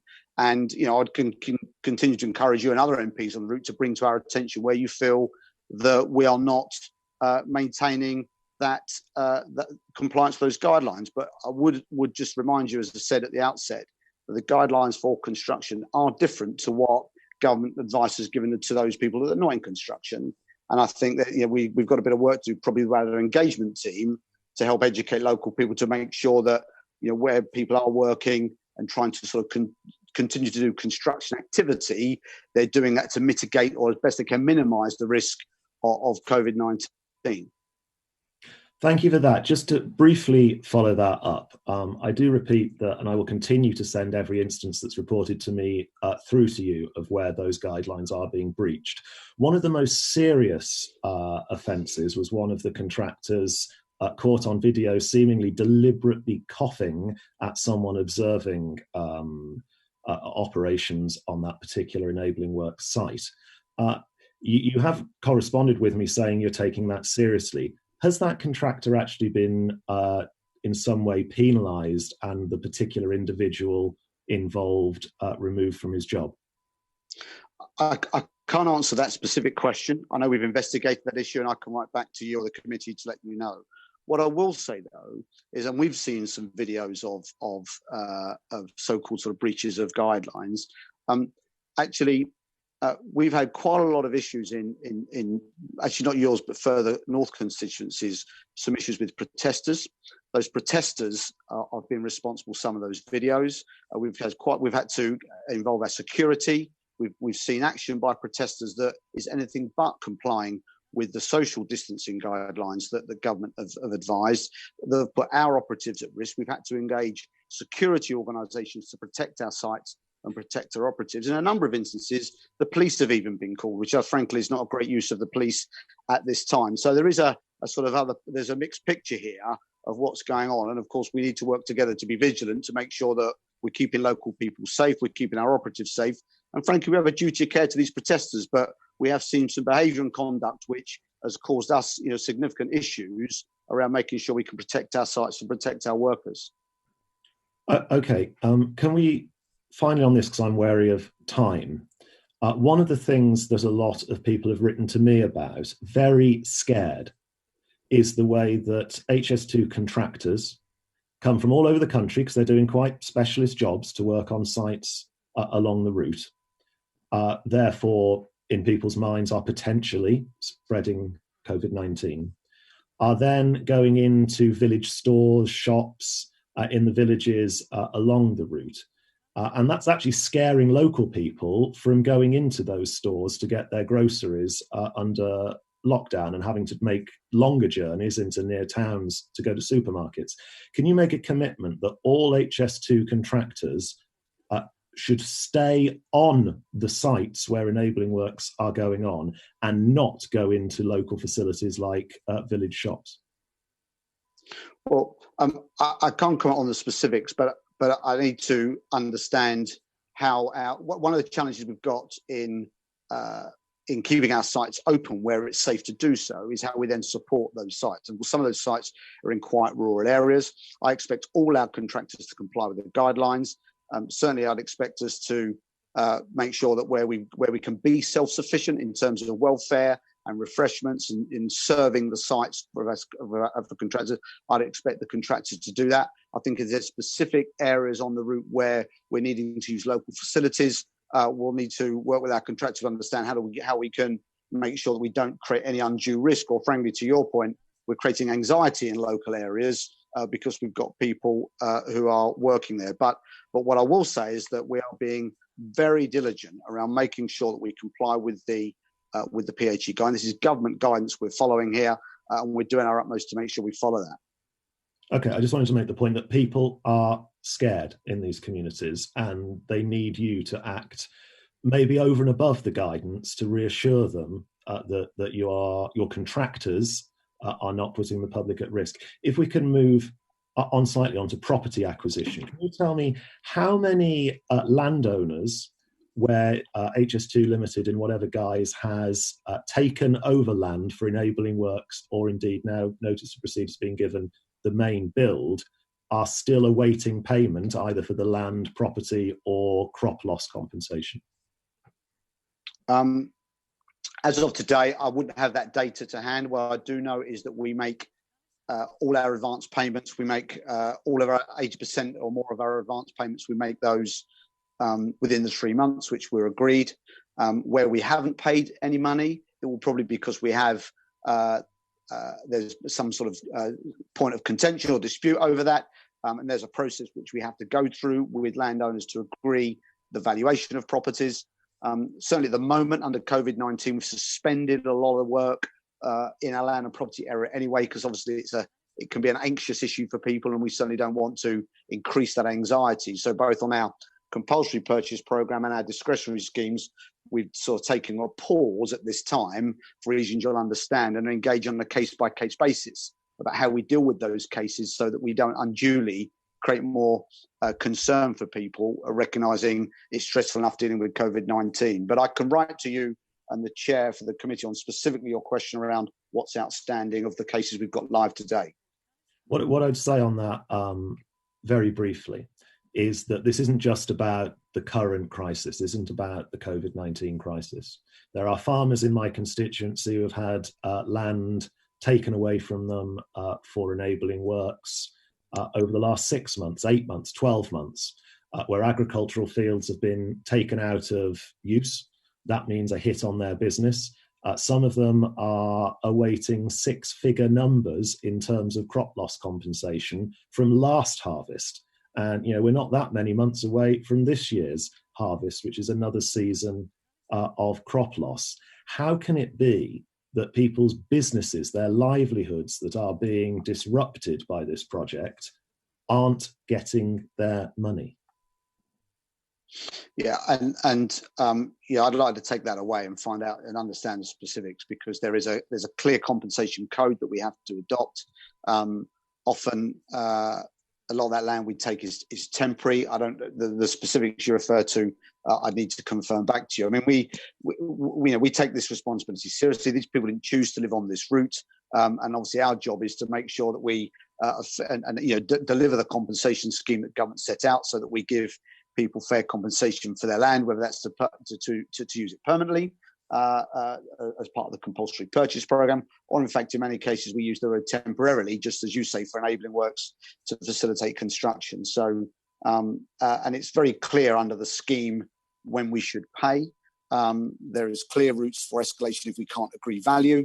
Let me come back to you on the specifics of where we would be outstanding and why we'd be outstanding there. I welcome that. Thank you. Thank you. Thank you, Greg. We have three members that wanted to talk about workforce and industrial relations. So we've got 3 minutes left, so we'll deal with this briefly. First of all, I'll come to Sam Tarry. Thank you, Hugh. Just picking up on a point that you made earlier, Mr. Thurston, I'm already hearing reports from HS2 construction sites at Crackley Compound in Warwickshire that there are contractors who are not able to maintain social distancing rules. Now, obviously, I'm interested in not just the villagers in Buckinghamshire being safe, but also the people delivering this scheme. And so with that construction work now restarting, I just wondered if you could be more specific on the measures that are in place on social distancing and ensuring that they're occurring on site at all times. No, absolutely. I mean, I mentioned earlier, we took a sort of 2-week pause across all our sites to make sure that we could comply with the guidance, and we've only reopened those sites where we can. So the site in question I'm aware of. We have had some challenges with protesters on that site recently, and have had to put special measures in place to remove the protesters in a safe way, because they were sort of in danger of harming themselves as well as sort of risk to our people. But you can be assured we did a risk assessment and impact assessment on every site to ensure we comply with the guidelines, and only those sites where we can comply have opened, which is why, particularly sort of in the south part of the route, we've still got quite a lot of sites shut, because London actually has been a particular problem. Further north, we've got, it's less challenging, but I wouldn't expect those sites to be open if we can't comply with PHE guidance that government have issued. Okay, thanks, Mark. So obviously, with the recent infrastructure sort of projects like Crossrail, there were a number of unfortunate deaths that could have been avoided. And I just wanted to really get clarity from you that, particularly with HS2, the trade unions in the rail industry, which have been instrumental in preventing unnecessary deaths, that they're being consulted properly, that you're establishing proper and effective procedures to enshrine rights at work and health and safety. Because there have been a number of incidents reported to me where people who have been trade union reps have been made to feel unwelcome on certain sites and certainly shunted into corners. They're not able to carry on with doing the important work of checking and double checking HS2's health and safety procedures. And obviously with the COVID-19 crisis, can you put on record the invaluable role that these trade unions are actually playing in helping you deliver the safest possible way of delivering HS2? Well, a couple of things in there. So we've got a good relationship with unions, certainly Unite and GMB. I meet Frances O'Grady and some of her team a couple of times a year at least. Our contractors have primacy on the relationship with unions, and I'm aware of some issues with Unite Union in the South, but generally speaking, we've engaged actively and made the unions aware of the work we're doing around skills, health and safety, employment, welfare. And clearly, as we move into this next phase and the volume of people working on the project is going to effectively double in the next 12, 18 months, then I would expect the unions to continue to be part of the conversation about how we make sure workers' welfare is safe, the sites are safe. And I think that would be that will continue for me to be a productive conversation for the life of HS2. Thank you very much, Mark. We're close to time, so can I ask for brief questions, brief answers? Firstly, Graham Morris.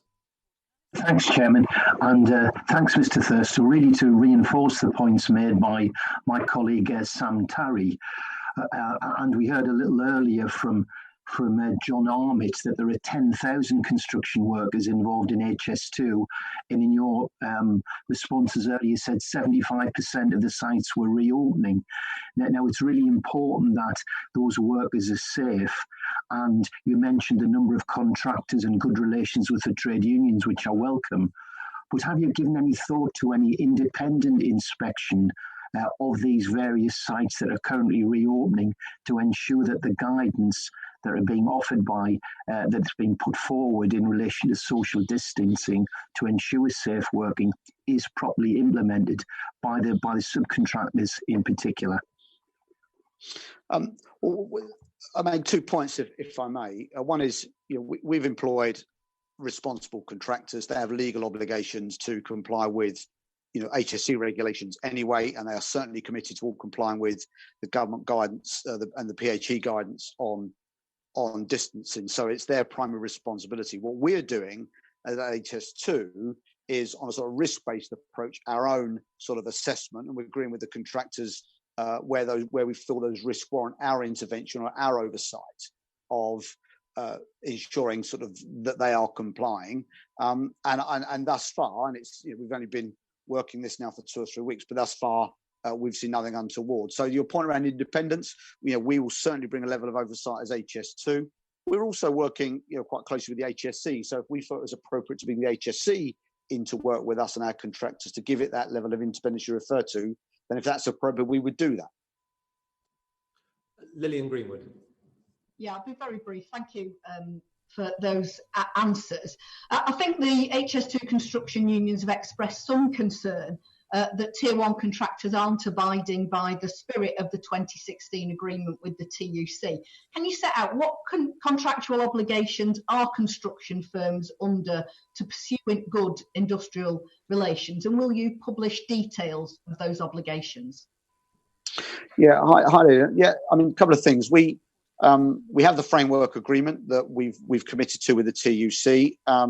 We are developing sort of guidance and working practice for engagement with unions as part of our main work civils contracts. We've set some requirements out in the works information for those contracts.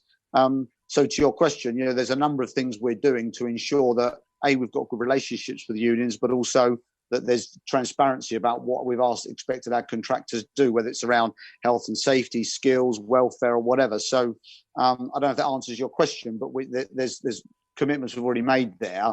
And that will continue to be, I think, something that will develop with, I'd say, particularly now the civils contractors, where we're going to see a significant volume of employment activity over the next 2 to 3 years. So will you publish those obligations or set them out in writing to the committee? Yeah, we've got some guidance. We can share the guidance with the committee that we've issued to our contractors. Absolutely. Thank you. Thanks, Chair. Thank you. Mr. Thurston, thank you ever so much for giving us your time and such fulsome answers. And on behalf of the committee and indeed the Chair of the Public Accounts Committee, we wish you and your team well at this challenging time. Thank you. Thank you, Chair. So we now move on to our final session, which is the ministerial part of the session on next steps. So could I ask the witnesses to introduce themselves for our records, please? Yeah, Andrew Stephenson. I'm Minister of State at the Department of Transport with a specific remit of looking after high-speed rail and the Trans-Pennine route upgrade.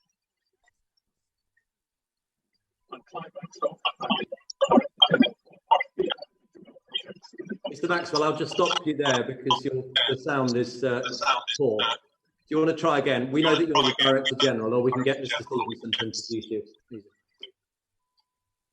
No, Mr.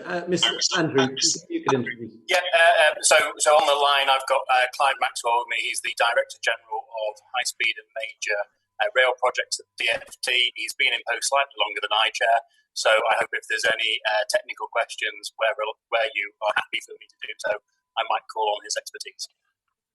Indeed, I mean, that may be subject to technology, but we're working on Mr. Maxwell's line right now. The first question in any event is for you, Minister.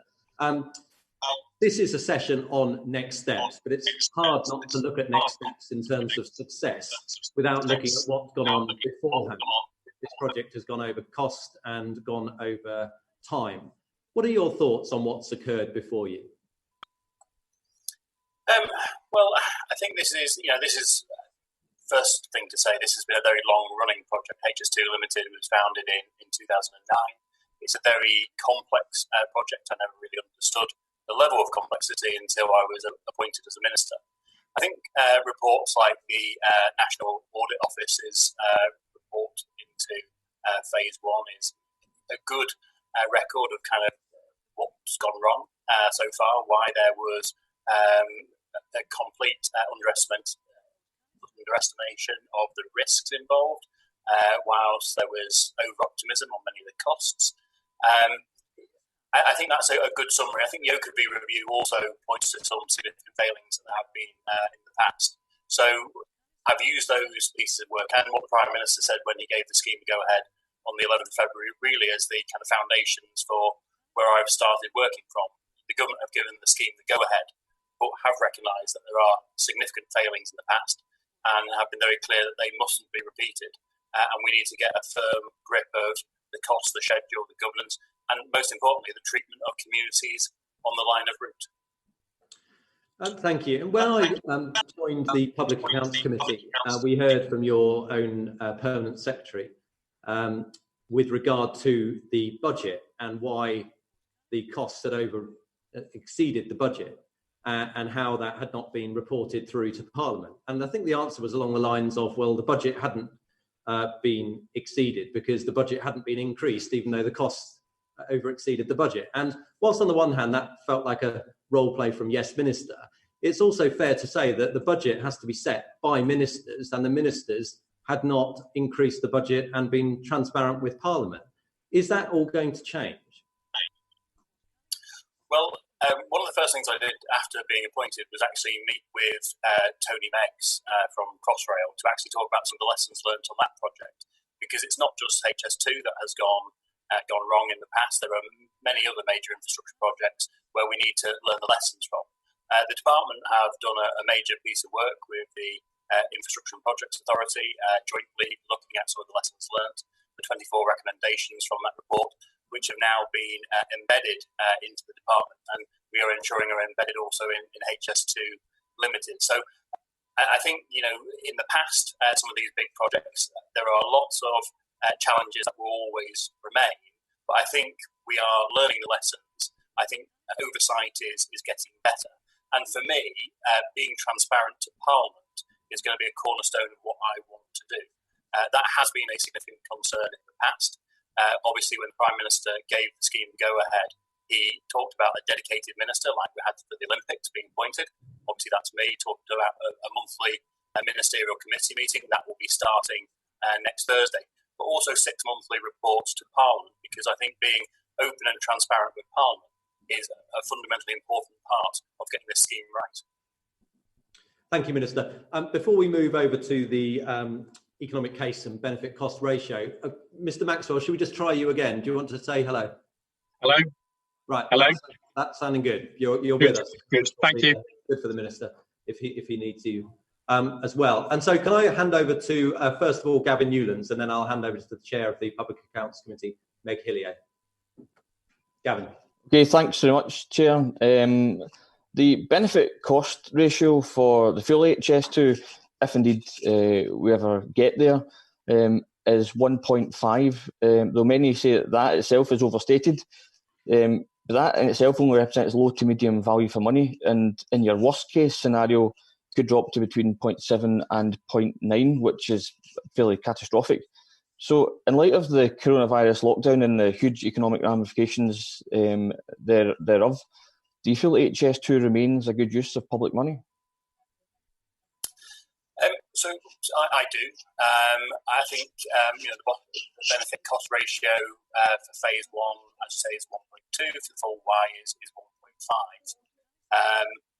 The BCR doesn't include wider regeneration, business relocation, and strategic changes in land use, all of which are fundamental to the government's levelling up agenda and to the strategic case for HS2, which I think remains fundamentally strong. And I think actually on those kind of things I've just mentioned, we don't have to kind of make wild assumptions. We're already seeing, if we could factor those in, we're already seeing the evidence of those transformational benefits. You'll see, for example, HSBC have already moved to Birmingham, Channel 4 have moved to Leeds, and BT announced in January that they would be moving their headquarters to Birmingham. So some of these kind of transformational wider economic benefits are already being seen. I think the challenge is under the current way we do BCRs and the Green Book formatting, we can't incorporate those in the scheme in the way that we would want. So I think big infrastructure projects, HS2 and others similar to it, will always struggle on the current methodology to stack up. And I know Sir John Armitt was talking before about, he shares my view on that. Okay, thanks. I'm pleased to hear you mentioned the government's levelling up agenda. You wrote to the committee mentioning that last week as well. And clearly, I don't have an issue with that premise. I'm just delighted that the government have finally noticed the regional disparity in infrastructure spending. But as it stands at the moment, the Manchester-Leeds line probably won't be open for business until around 2040. But Leeds is still 120 miles from Gretna. So when does he think that the HS2 network might connect to Scotland? And in answering that, does he think that progress might be significantly accelerated if we were to work down from the border simultaneously?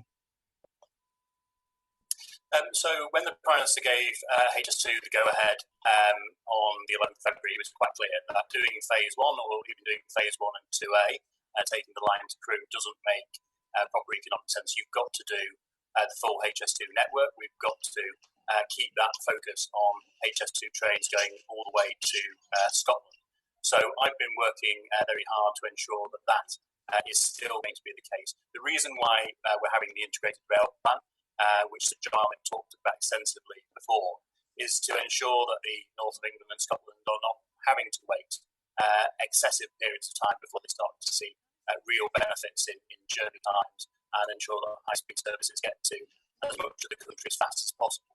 One of the first decisions I made, and the first speech I gave, was on a visit to Manchester, where I talked about accelerating preparations for depositing the western leg bill of Phase 2B. That's the section taking the line up to Manchester.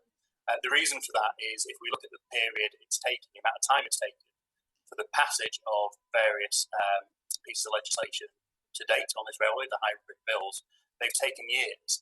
And therefore, I actually think by breaking phase 2B into 2 or 3 smaller bills and running them at the same time in Parliament, we should be able to get to a situation earlier where we can actually start letting contracts and getting on the work. Because, as I say, again, when the Prime Minister gave this go-ahead on the 11th of February, he was very clear that the rest of the country cannot wait for these benefits. We have to get on with delivering these benefits as soon as possible. So, just to conclude, Chair, Minister, does it remain a possibility, therefore, that the route may be constructed from the border down after this review? Does that remain a possibility? So the Western Leg Bill obviously doesn't just take the route to Manchester, but then looks at how the trains rejoin the West Coast Main Line. You may have heard various people talking about things like the Golden Spur in the past, and trains going up through Preston and Carlisle and over the border. So therefore, discussions about what impact that will have, how we reduce journey times to Scotland, that's all going to be very much part of the bill which I have asked to be prioritised. The Western Leg Bill. So certainly the shared ambition of the Scottish Government and the UK Government to improve journey times between Scotland and London is still very much there. I'm looking forward to engaging with the Scottish Government on this because I know they've been working at an official level very constructively to support the HS2 project, but I'm very keen to see what more we can do to ensure that the benefits to Scotland are delivered as soon as possible. Skelfie didn't quite answer the question, but thanks so much, Minister. So, Minister, on that basis, does it remain a possibility? It sounds like it does, because you didn't rule that out. Sorry, Chairman, I probably missed the question. Do you want to say more? Actually, it was a repeat of Mr. Newland's question, and it sounds from your answer that it does remain a possibility with regard to Scotland. Again, sorry, Chairman, I missed Mr. Newland's the detail of his question. I think there was a connection fault. I just heard about connectivity to Scotland. I'm not sure what you're asking is a possibility. Right, Mr. Gavin, do you want to just briefly ask it again? Sure. I was asking whether or not it remained a possibility after the review for the line to be constructed from the border down simultaneously as the work is being done from the south to the north. Okay, so basically, when we look at HS2 and the high-speed lines that are currently proposed on the full Y network, the high-speed lines wouldn't go all the way to Scotland. The high-speed trains would. They would go off the newly built high-speed lines onto either the West Coast or East Coast Main Line and then continue to Scotland. It is entirely possible that we will need infrastructure to be built north of the border. For example, depots and sidings for the trains to be stationed overnight rather than bringing them down onto the high-speed network at, say, Manchester or Crewe. And so it's entirely possible some of the work that is needed as part of us building the Y in Scotland could be prioritised and could be built early. But at the moment, the proposition is that the high-speed lines on the Y do not go as far as Scotland. The high-speed trains move off high-speed lines onto, as I say, the East Coast or the West Coast line and then head up into Scotland. I think Mr. Maxwell might want to correct me if I'm wrong in anything I've just said. No, that's correct. Okay, thank you for that. And our apologies, the line was not as it should have been for you to be able to answer. Perhaps I can hand over to the chair of the Public Accounts Committee, Meg. On your appointment, it's a big challenge to keep this on track. One of the things that's derailed the first programme is political decisions, effectively local community decisions, you could say, that have changed things like locations of stations and the route. So how robust are you going to be if this continues to go ahead to make sure that when decisions are made, they are stuck to, because that's one of the big drivers of cost if they don't stay in place? So I think it's really important that we stick to decisions apart from where we can see obvious ways that cost or complexity can be perhaps removed from the process. Tony Meggs was quite clear. One of the biggest things, one of his biggest reflections on Crossrail and what went wrong was that it was all too complex, and therefore the systems integrations are taking far longer than expected. And therefore, one of his kind of reflections to me was always think about simplification. It doesn't have to be the best of this, the best of that, the best of the other. You have to think about systems integration and how the high-speed network will integrate with network rail operations. So I think we are going to take that on board. Of course, this project has been running for 11 years. A lot of the specifications for what we have now given us to proceed to are set out in quite detailed way in the Phase 1 Act. And that's very difficult to change. And the government have stated publicly that we don't intend to change the Act. So our hands are tied in certain regards. But I think certainly on Phase 2A, I'm seeing what lessons can be learned and how we can do things better. And particularly on Phase 2B, where the legislation is yet to be introduced in Parliament, I think there's a whole range of things we can look at improvements that could be incorporated into that legislation before it's introduced to the House. And with COVID-19, there's an awful lot of, unprecedented amounts of taxpayers' money being spent to support the economy and individuals and businesses. There's a risk, therefore, to any budget of a major project like this that the Treasury could demand a haircut of and the guise of efficiency savings. Have you had any assurance from the Treasury, the Prime Minister, that HS2's budget is protected, or are the discussions going on about saving money on the current budget?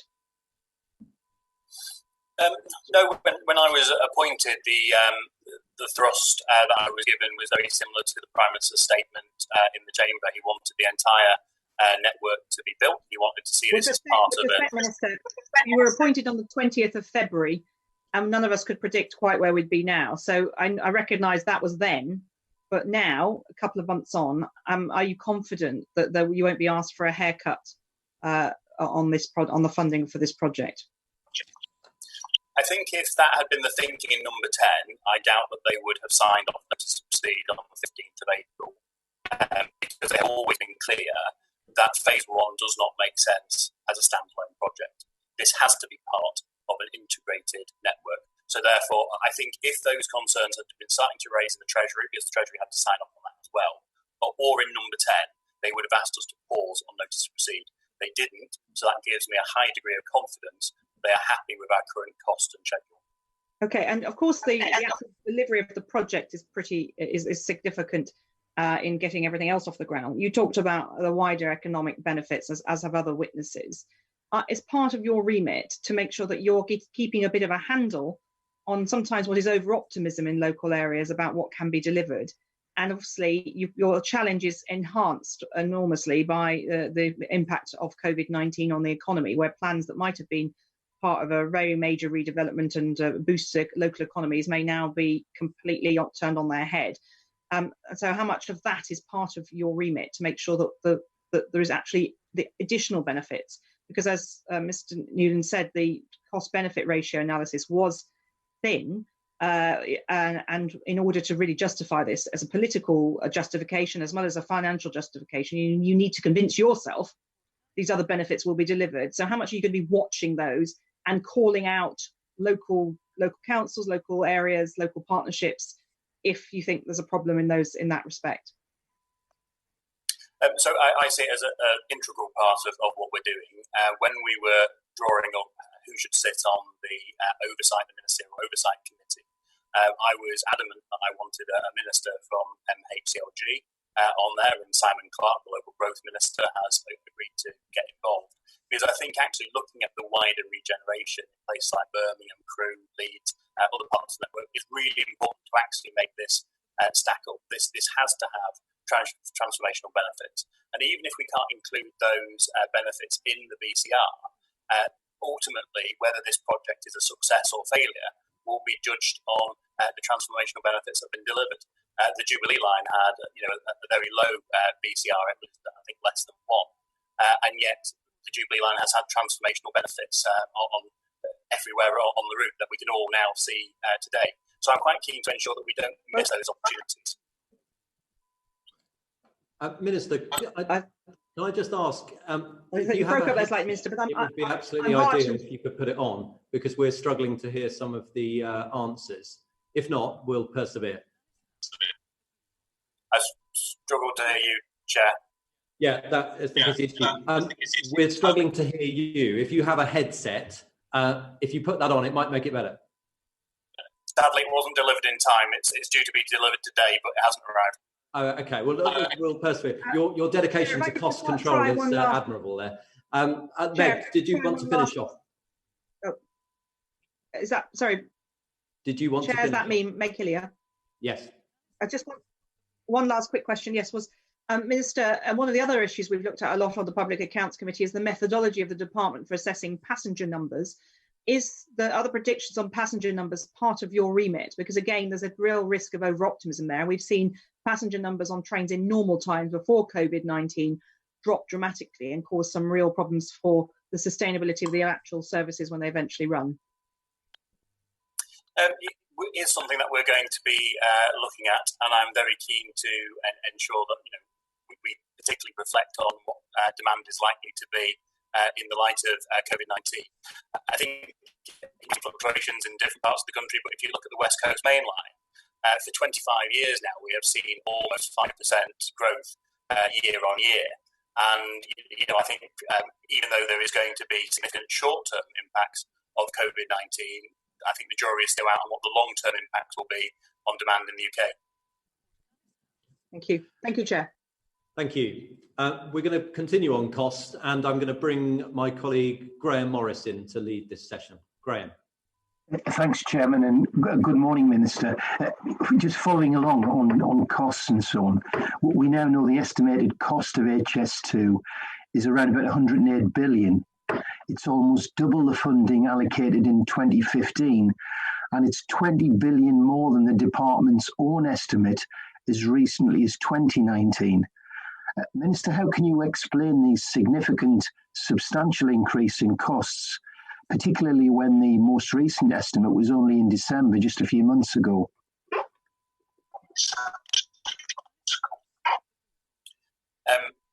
Thank you. Again, I was struggling to hear, but what I would say is the cost we have set on the project now is 72 to 98 billion. The 108 billion, which is included in the full business case, Clive may want to say more about that at the end of this, but that's the whole life cost of the project. We are expecting to be able to deliver this project between 72 and 98 billion. There are a range of reasons why those cost estimates have gone up. That's been looked at in detail by the National Audit Office. It's clear the department underestimated risk. It's clear many of the assumptions that were initially made were wrong. I think with phase one, the part we've now done notice of lead on, we have a much more mature understanding of costs, with about 80% of the land and property required along the line of route now having been purchased, the contract actually having been agreed with the main work civil contractors. So I would say on phase one, part of the costings, I now have a high degree of confidence. On the costings on phase 2A and 2B, I have much less of a high degree of confidence, because I think still the works are in an early phase, and some of the mistakes that were previously made, and some of them are avoidable, but some of them to do with ground conditions and how much contracts will cost in the marketplace. Some of them are still risks that could affect the process. May I intervene there to make a couple of points? Yeah, I think there are the cost estimates produced by the department and by HS2 Limited have not changed since the end of last year. I think there are two differences going on here. The first is whether they are quoted in 2015 prices or in 2019 prices, and the prices and the costs quoted by the Minister there was in 2019 terms. The other question is whether you include the operational costs of running the railway, which is undertaken in the full business case in the way that the Minister described. So that there are a range of different ways of presenting the costs. They're the same underlying numbers from the end of 2019 to the ones that we've quoted today. These are very. I appreciate the answer, but these aren't small sums of money at the margin. There's a £20 billion difference, and the Minister talked about bringing about transformational change as a result of the investment in the Jubilee line. But my concern, particularly as we progress, not just onto 2A but onto 2B, the eastern leg, representing a northern constituency, and we are very much the poor relations in terms of rail infrastructure investment, and I want to see that 39 billion Northern Rail powerhouse, the Transpennine upgrade and so on, but that there may be an attempt to try and save money on the subsequent phases. I want to particularly ask, what lessons can we learn from phase one. I don't know whether you heard the contribution from Sir John Armitt earlier, where he was talking about lessons that could be learned in terms of working with contractors, to share risk, identify potential cost benefits going forward in the second phase. I wonder if the Minister or yourself had particular strategy or plan or views on that. If I jump in first, and then I'll let Clive say a bit more. I completely agree with Sir John Armitt. One of my previous ministerial roles was I was construction minister. I had the opportunity to visit places like Hinkley Point at Sea, Battersea Power Station, Thames Tideway, some of the biggest construction projects in the UK. And, I was really interested by those projects and where people would work together, where there has been real collaboration between the sponsor and the contractors. Challenges have been dealt with. Challenges will always come up on projects of these size, but we need to be able to work to address those challenges and ensure that there is transparency between everybody, so everybody knows what's going on and we can respond collectively. We need to go away from a kind of culture of saying it has to be delivered on this set date, and that's why we're now providing a range of dates for inter-service. But on the north of England, to go back to the point that you started by making, I'm a Northern MP. I'm currently sat in my office in Nelson, in Lancashire. The North can't wait. It's exactly what the Prime Minister said on the 11th of February. We've got to deliver benefits in the north of England. It's the whole basis of the integrated rail plan. And also, phase 1 and 2A, simply doing the southern sections of high-speed rail do not stack up. We have to do the full network. Yeah, so just to build on that, if I may, I think the first thing is to have sort of credible and robust cost estimates up front so you know what you're dealing with.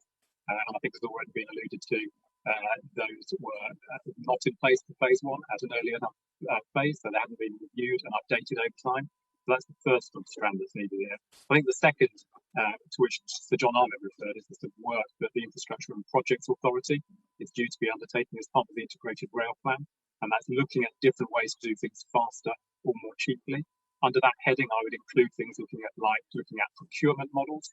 That would include greater collaboration and different ways of risk sharing that you mentioned. I think it's also about looking at value engineering opportunities that can be used, and perhaps very importantly, before you get into the formal bill process of bringing a hybrid bill into Parliament, being very, very clear about the designs and making sure that that's being optimised and looking at any additional costs that might be brought in during that hybrid bill process. And indeed, the National Auditor Office report that looked into HS2 to date identified something like £1.2 billion of cost that was added during that hybrid bill approach for phase 1. Can I just ask one more question? I appreciate that response, but in relation to controlling costs, I wonder, could you tell the committee why it was decided not to reduce the number of trains per hour from 18 down to 14, as Douglas Oakervey had recommended? Surely there would be huge cost savings by following that recommendation. So the government will respond in due course to the Oakervey review. We haven't formally responded yet to that. However, I'm happy to tell the committee that I'm sceptical of reducing the number of trains. The scale and scope of phase 1 is very much set out in the phase 1 Act, which has been through Parliament and has all the accompanying environmental statements. It has been built to be able to run as a very high capacity, high volume railway, and everything I've seen to date convinces me that only a very small amount of cost at this stage could be taken out by reducing the frequency of services. So my view is, if you're going to spend such a huge sum of money on building an asset like this, we should ensure we get complete value for money for the taxpayer. And also, I would say, again, evidence that I've seen is in other countries like France, where they've built high-speed networks for a certain capacity and then tried to increase the capacity. It's come out with astronomical cost figures or reasons why they can't do it. So I am unconvinced. We will respond in due course, but at the moment, I don't think that would be the best way to take costs out of this project. Minister, because the sound wasn't that clear, just to confirm, you're a believer in the 18 services per hour. Yeah, thank you. I think we also just want to bring Robert Largan in terms of connectivity with the north as well. Robert. Thank you, Chair. And let me start by saying how pleased I am to see a Northerner in such a key transport ministerial role. On that point, on Northern connectivity and capacity, one of the key benefits of HS2 has always been that it's going to free up that badly needed capacity on the West Coast main line, including on the bottleneck between Stockport and Manchester. What work is being done to make certain that this extra capacity will actually deliver improved commuter rail services on existing lines? So I think some of the real benefits, as you've just said, of this project isn't to look at who can actually travel on the project, but is to look at the wider freeing up of lines across the country. I think it's not just for passenger services, it's also, let's not forget, for freight services, the ability to lead to real modal shift and get freight off our roads. There's a lot of work being done on this. The department's done a lot of work on this. We now have in place a shadow operator who is looking in detail at the impact on the West Coast Main Line and how that released capacity can be used. But some of the most compelling arguments I've actually come across are people like Midlands Connect and other bodies that I have met before COVID-19, when I was able to travel around the country, meeting with various stakeholders who made the compelling case about the freed up capacity on the conventional rail network, which would allow enhancements to be made easier, more services for various towns that are not directly touched by HS2. So it's those wider benefits that I think are not fully understood, and we're trying to get a firm grip of that. As I say, the shadow operator is leading on that work, but it's very much part and parcel of why we need to construct this new railway. May I come in as well, Chair, please? Just to add to that, I mean, I think there's clearly work to be done here looking at the service specification of how best to use released capacity in the way that Mr. Logan is asking, and questions about what types of new infrastructure to build. And that's something that also that the work being done by the NIC on the Integrated Rail Plan has the opportunity to look into and see how best to optimise both the infrastructure and the service and how to run those trains to make the best use of it. Thanks. And just to follow up on that point, another way to make the most of the extra capacity is going to be to link up HS2 properly with the other infrastructure projects, things like Northern Powerhouse Rail and the investment in the Manchester to Sheffield line.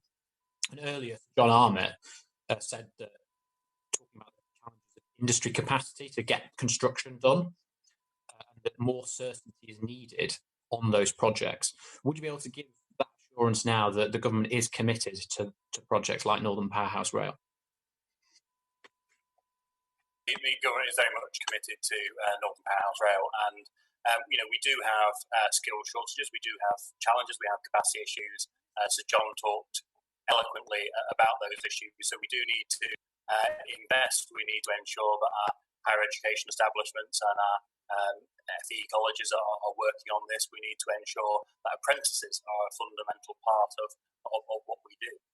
I personally think that this project and getting underway with phase one will create a good pipeline of skilled people who can go to work on the conventional rail network, but also then become involved in building Northern Powerhouse Rail and the other aspects of this line as they come on track. Unfortunately, the planning consent process, the hybrid build process, takes a number of years, but that actually does allow us a process of getting a lot of the main construction work done on phase one before those construction workers can move on to do construction work on phase 2B. Gavin Newlands, you may have had a point on this, albeit it may have already been covered in terms of going further up to Scotland. Well, thanks so much, Chair, for allowing me back in. Essentially, it was just to ask, given the slightly non-committal response about connection to Scotland earlier, just to confirm, given that's the case, that Scotland, indeed the rest of the devolved nations, will receive full Barnett consequentials from HS2 spend? So Clive may want to comment more on this, but I would say my answer wasn't unequivocal, if I may. We have a shared ambition with the Scottish Government. We are keen to reduce journey times from London to both Glasgow and Edinburgh. That is very much something that we are very much focused on. The wide network, as proposed, the high-speed lines do not go as far as Scotland. But in part of our discussions with the Scottish Government, I'm always keen to look at, if some of the improvements to the existing network that we're making are satisfactory, or whether we shouldn't be building more high-speed lines. So that's a conversation that for me to have with the Scottish Government. Was that a yes or a no to the Barnett consequentials? Clive might be able to comment on the Barnett consequentials. I don't know the answer to that question. The decisions about Barnett consequentials are a matter for the Treasury to decide on.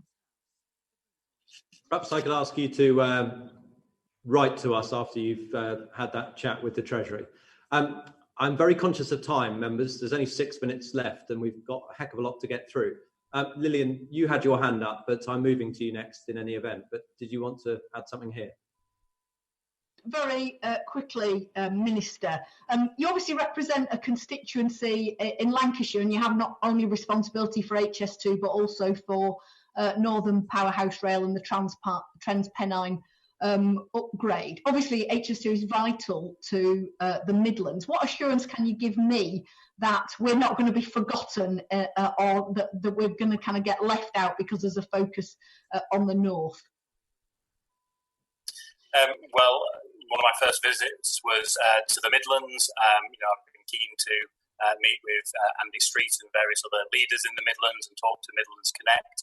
I think the next phase of the delivery of the HS2 project is very much looking at the Midlands. And my constituency, frankly, is a bit too north of Manchester to come close to the new lines that we're building. But the Midlands engine, ensuring that various investments people want to see in the Midlands are well joined up and connected to high-speed rail is really important, because if we don't do that, we won't deliver the maximum value for money. Thank you. I hope you'll remember the East Midlands as well. It's a vital east-west link for us. Thank you. We're now going to move on to the environmental impact of HS2, and I'll ask Sam Tarry to lead us here. Minister, obviously we're short for time, so I'll try and be as quick as possible. We've potentially got about 11 years to the opening of phase 1 and 20 years for the full opening of phase 2. And I wanted to know a little bit about your strategy to ensure that procurement of rolling stock is made as late as possible in the project programme and as flexible as possible. The reason I ask that is because we need to allow the network to benefit from procuring the very best and modern and most efficient, energy efficient and environmentally friendly trains. Are you going to be building in that flexibility rather than going very early to decide on the procurement plans for those rolling stock? Well, I'll let Clive talk about the specifics as to the dates that we're currently proposing for rolling stock. But what I would say is, when I was a Bays Minister, I worked with the rail supply industry, so I was able to visit places like Bombardier in Derby and Crewe and speak to a number of the manufacturers. They are currently turning out a lot of new rolling stock for a lot of the lines that we're seeing across the UK, and they are very keen for us actually to move forward at pace with this contract, because they're currently going through a kind of peak in lots of new trains, going for lots of new franchises and lots of new lines, and they're very keen for us to move forward. So a lot of them have already done quite a lot of advanced work on this, have well-developed proposals. And the key way that we take carbon out is ensuring that the power that we use, of course, which is being decarbonised across the UK, that's part of the thing. In reality, that I don't think the rolling stock is going to take much additional carbon out compared to the overall running of the railway. But perhaps Clive might want to say more on the specific strategy to do with letting those contracts with rolling stock. Yeah, so the first procurement of rolling stock is already underway. That process has begun. It's been going for some time now. It's really, really important when developing a new railway system like this to make sure that you're integrating the procurement, the build, and then the testing of your rolling stock into the timetable that's needed for the overall delivery into service of the railway. And actually, in a sense, you don't want to do it too early, because the trains will turn up and there won't be anywhere for them to go. But you very definitely don't want it to be too late, because the risk then is you don't have enough time to test them. So make sure that the trains work with the track and with the signals and all the computer systems and the power systems. And other projects have found that getting that integration right is one of the most difficult things about putting in place a new railway like this. So that's one reason why procuring the trains, having started some time ago, actually would appear early, but actually it's really important to be able to stand the chance of getting the delivery service with the timetable. Now, environmental considerations around things like noise have been a consideration in the way that those procurements have been run, and they're part of the sort of criteria for those. But as the Minister says, fundamentally the key driver of environmental benefits, if you like, from the rolling stock is going to come through the source of the power, the electricity they're using, and how much carbon is produced in the production of that energy, of that electricity. Lillian, did you want to come in on this as well? Just briefly. So obviously some of the measures that were introduced on phase one, on the phase one bill to tackle environmental impacts such as noise and sort of visual impact actually added to the carbon emissions, because more tunnelling means more use of concrete. What lessons have you learned about how to balance those different competing environmental considerations that you can apply to the next phases of the project?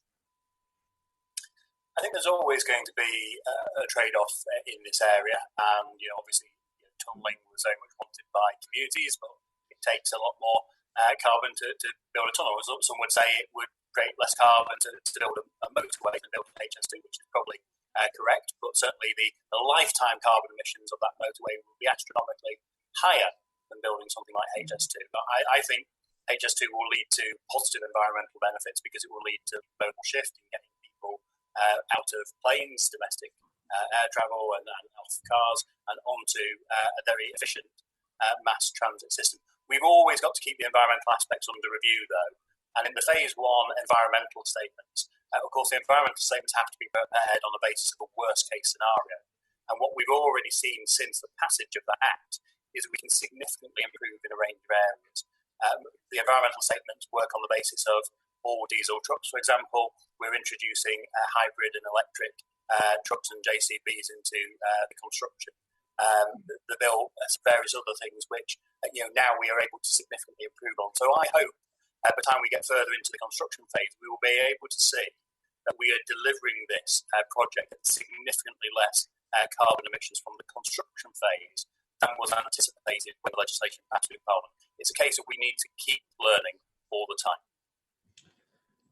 And just finally, are you concerned that because of the slippage in timetable, I presume, that we're now clearing some woodland areas in spring? And how are you ensuring that HS2 are mitigating the impact that that's having on wildlife? Brief, if you can, Minister. So there's a range of measures in place. I'm more than happy to write to the committee with more details, but it has been raised with me by Liner Root MP, so I have sought assurances from HS2 Limited that all the necessary approvals have been in place. And of course, the committee will know through the Woodland Fund, SEF and BLEF and other types of funding, there is a range of mitigations in place to ensure that there is no net loss of biodiversity along the line. Minister, we've managed to beg another 10 minutes, which I hope works for you as well, because we want to stay on that theme, go to land and acquisition with Greg Smith. Good morning, Minister. We've corresponded on this a lot, and I want to put on record my thanks for your excellent responsiveness since you took up the role to me. One of the things that when the green light was given for notice to proceed last week was made clear by the government was that we would go into the detailed design phase. And obviously that massively impacts people who are expecting to lose land, have already lost land. We've corresponded in the past about the example of Rosehill Farm in Steeple Claydon, where the landowner even offered to pay for a different route and design of that particular bridge. As we go into this detailed design phase, will there actually be an ability for local communities to change elements of the design, or are we going to come up time and time again, as we did with the Wendover Mine Tunnel, that because it's not in the bill, we can't actually change it, rendering the detailed design actually just a technicality?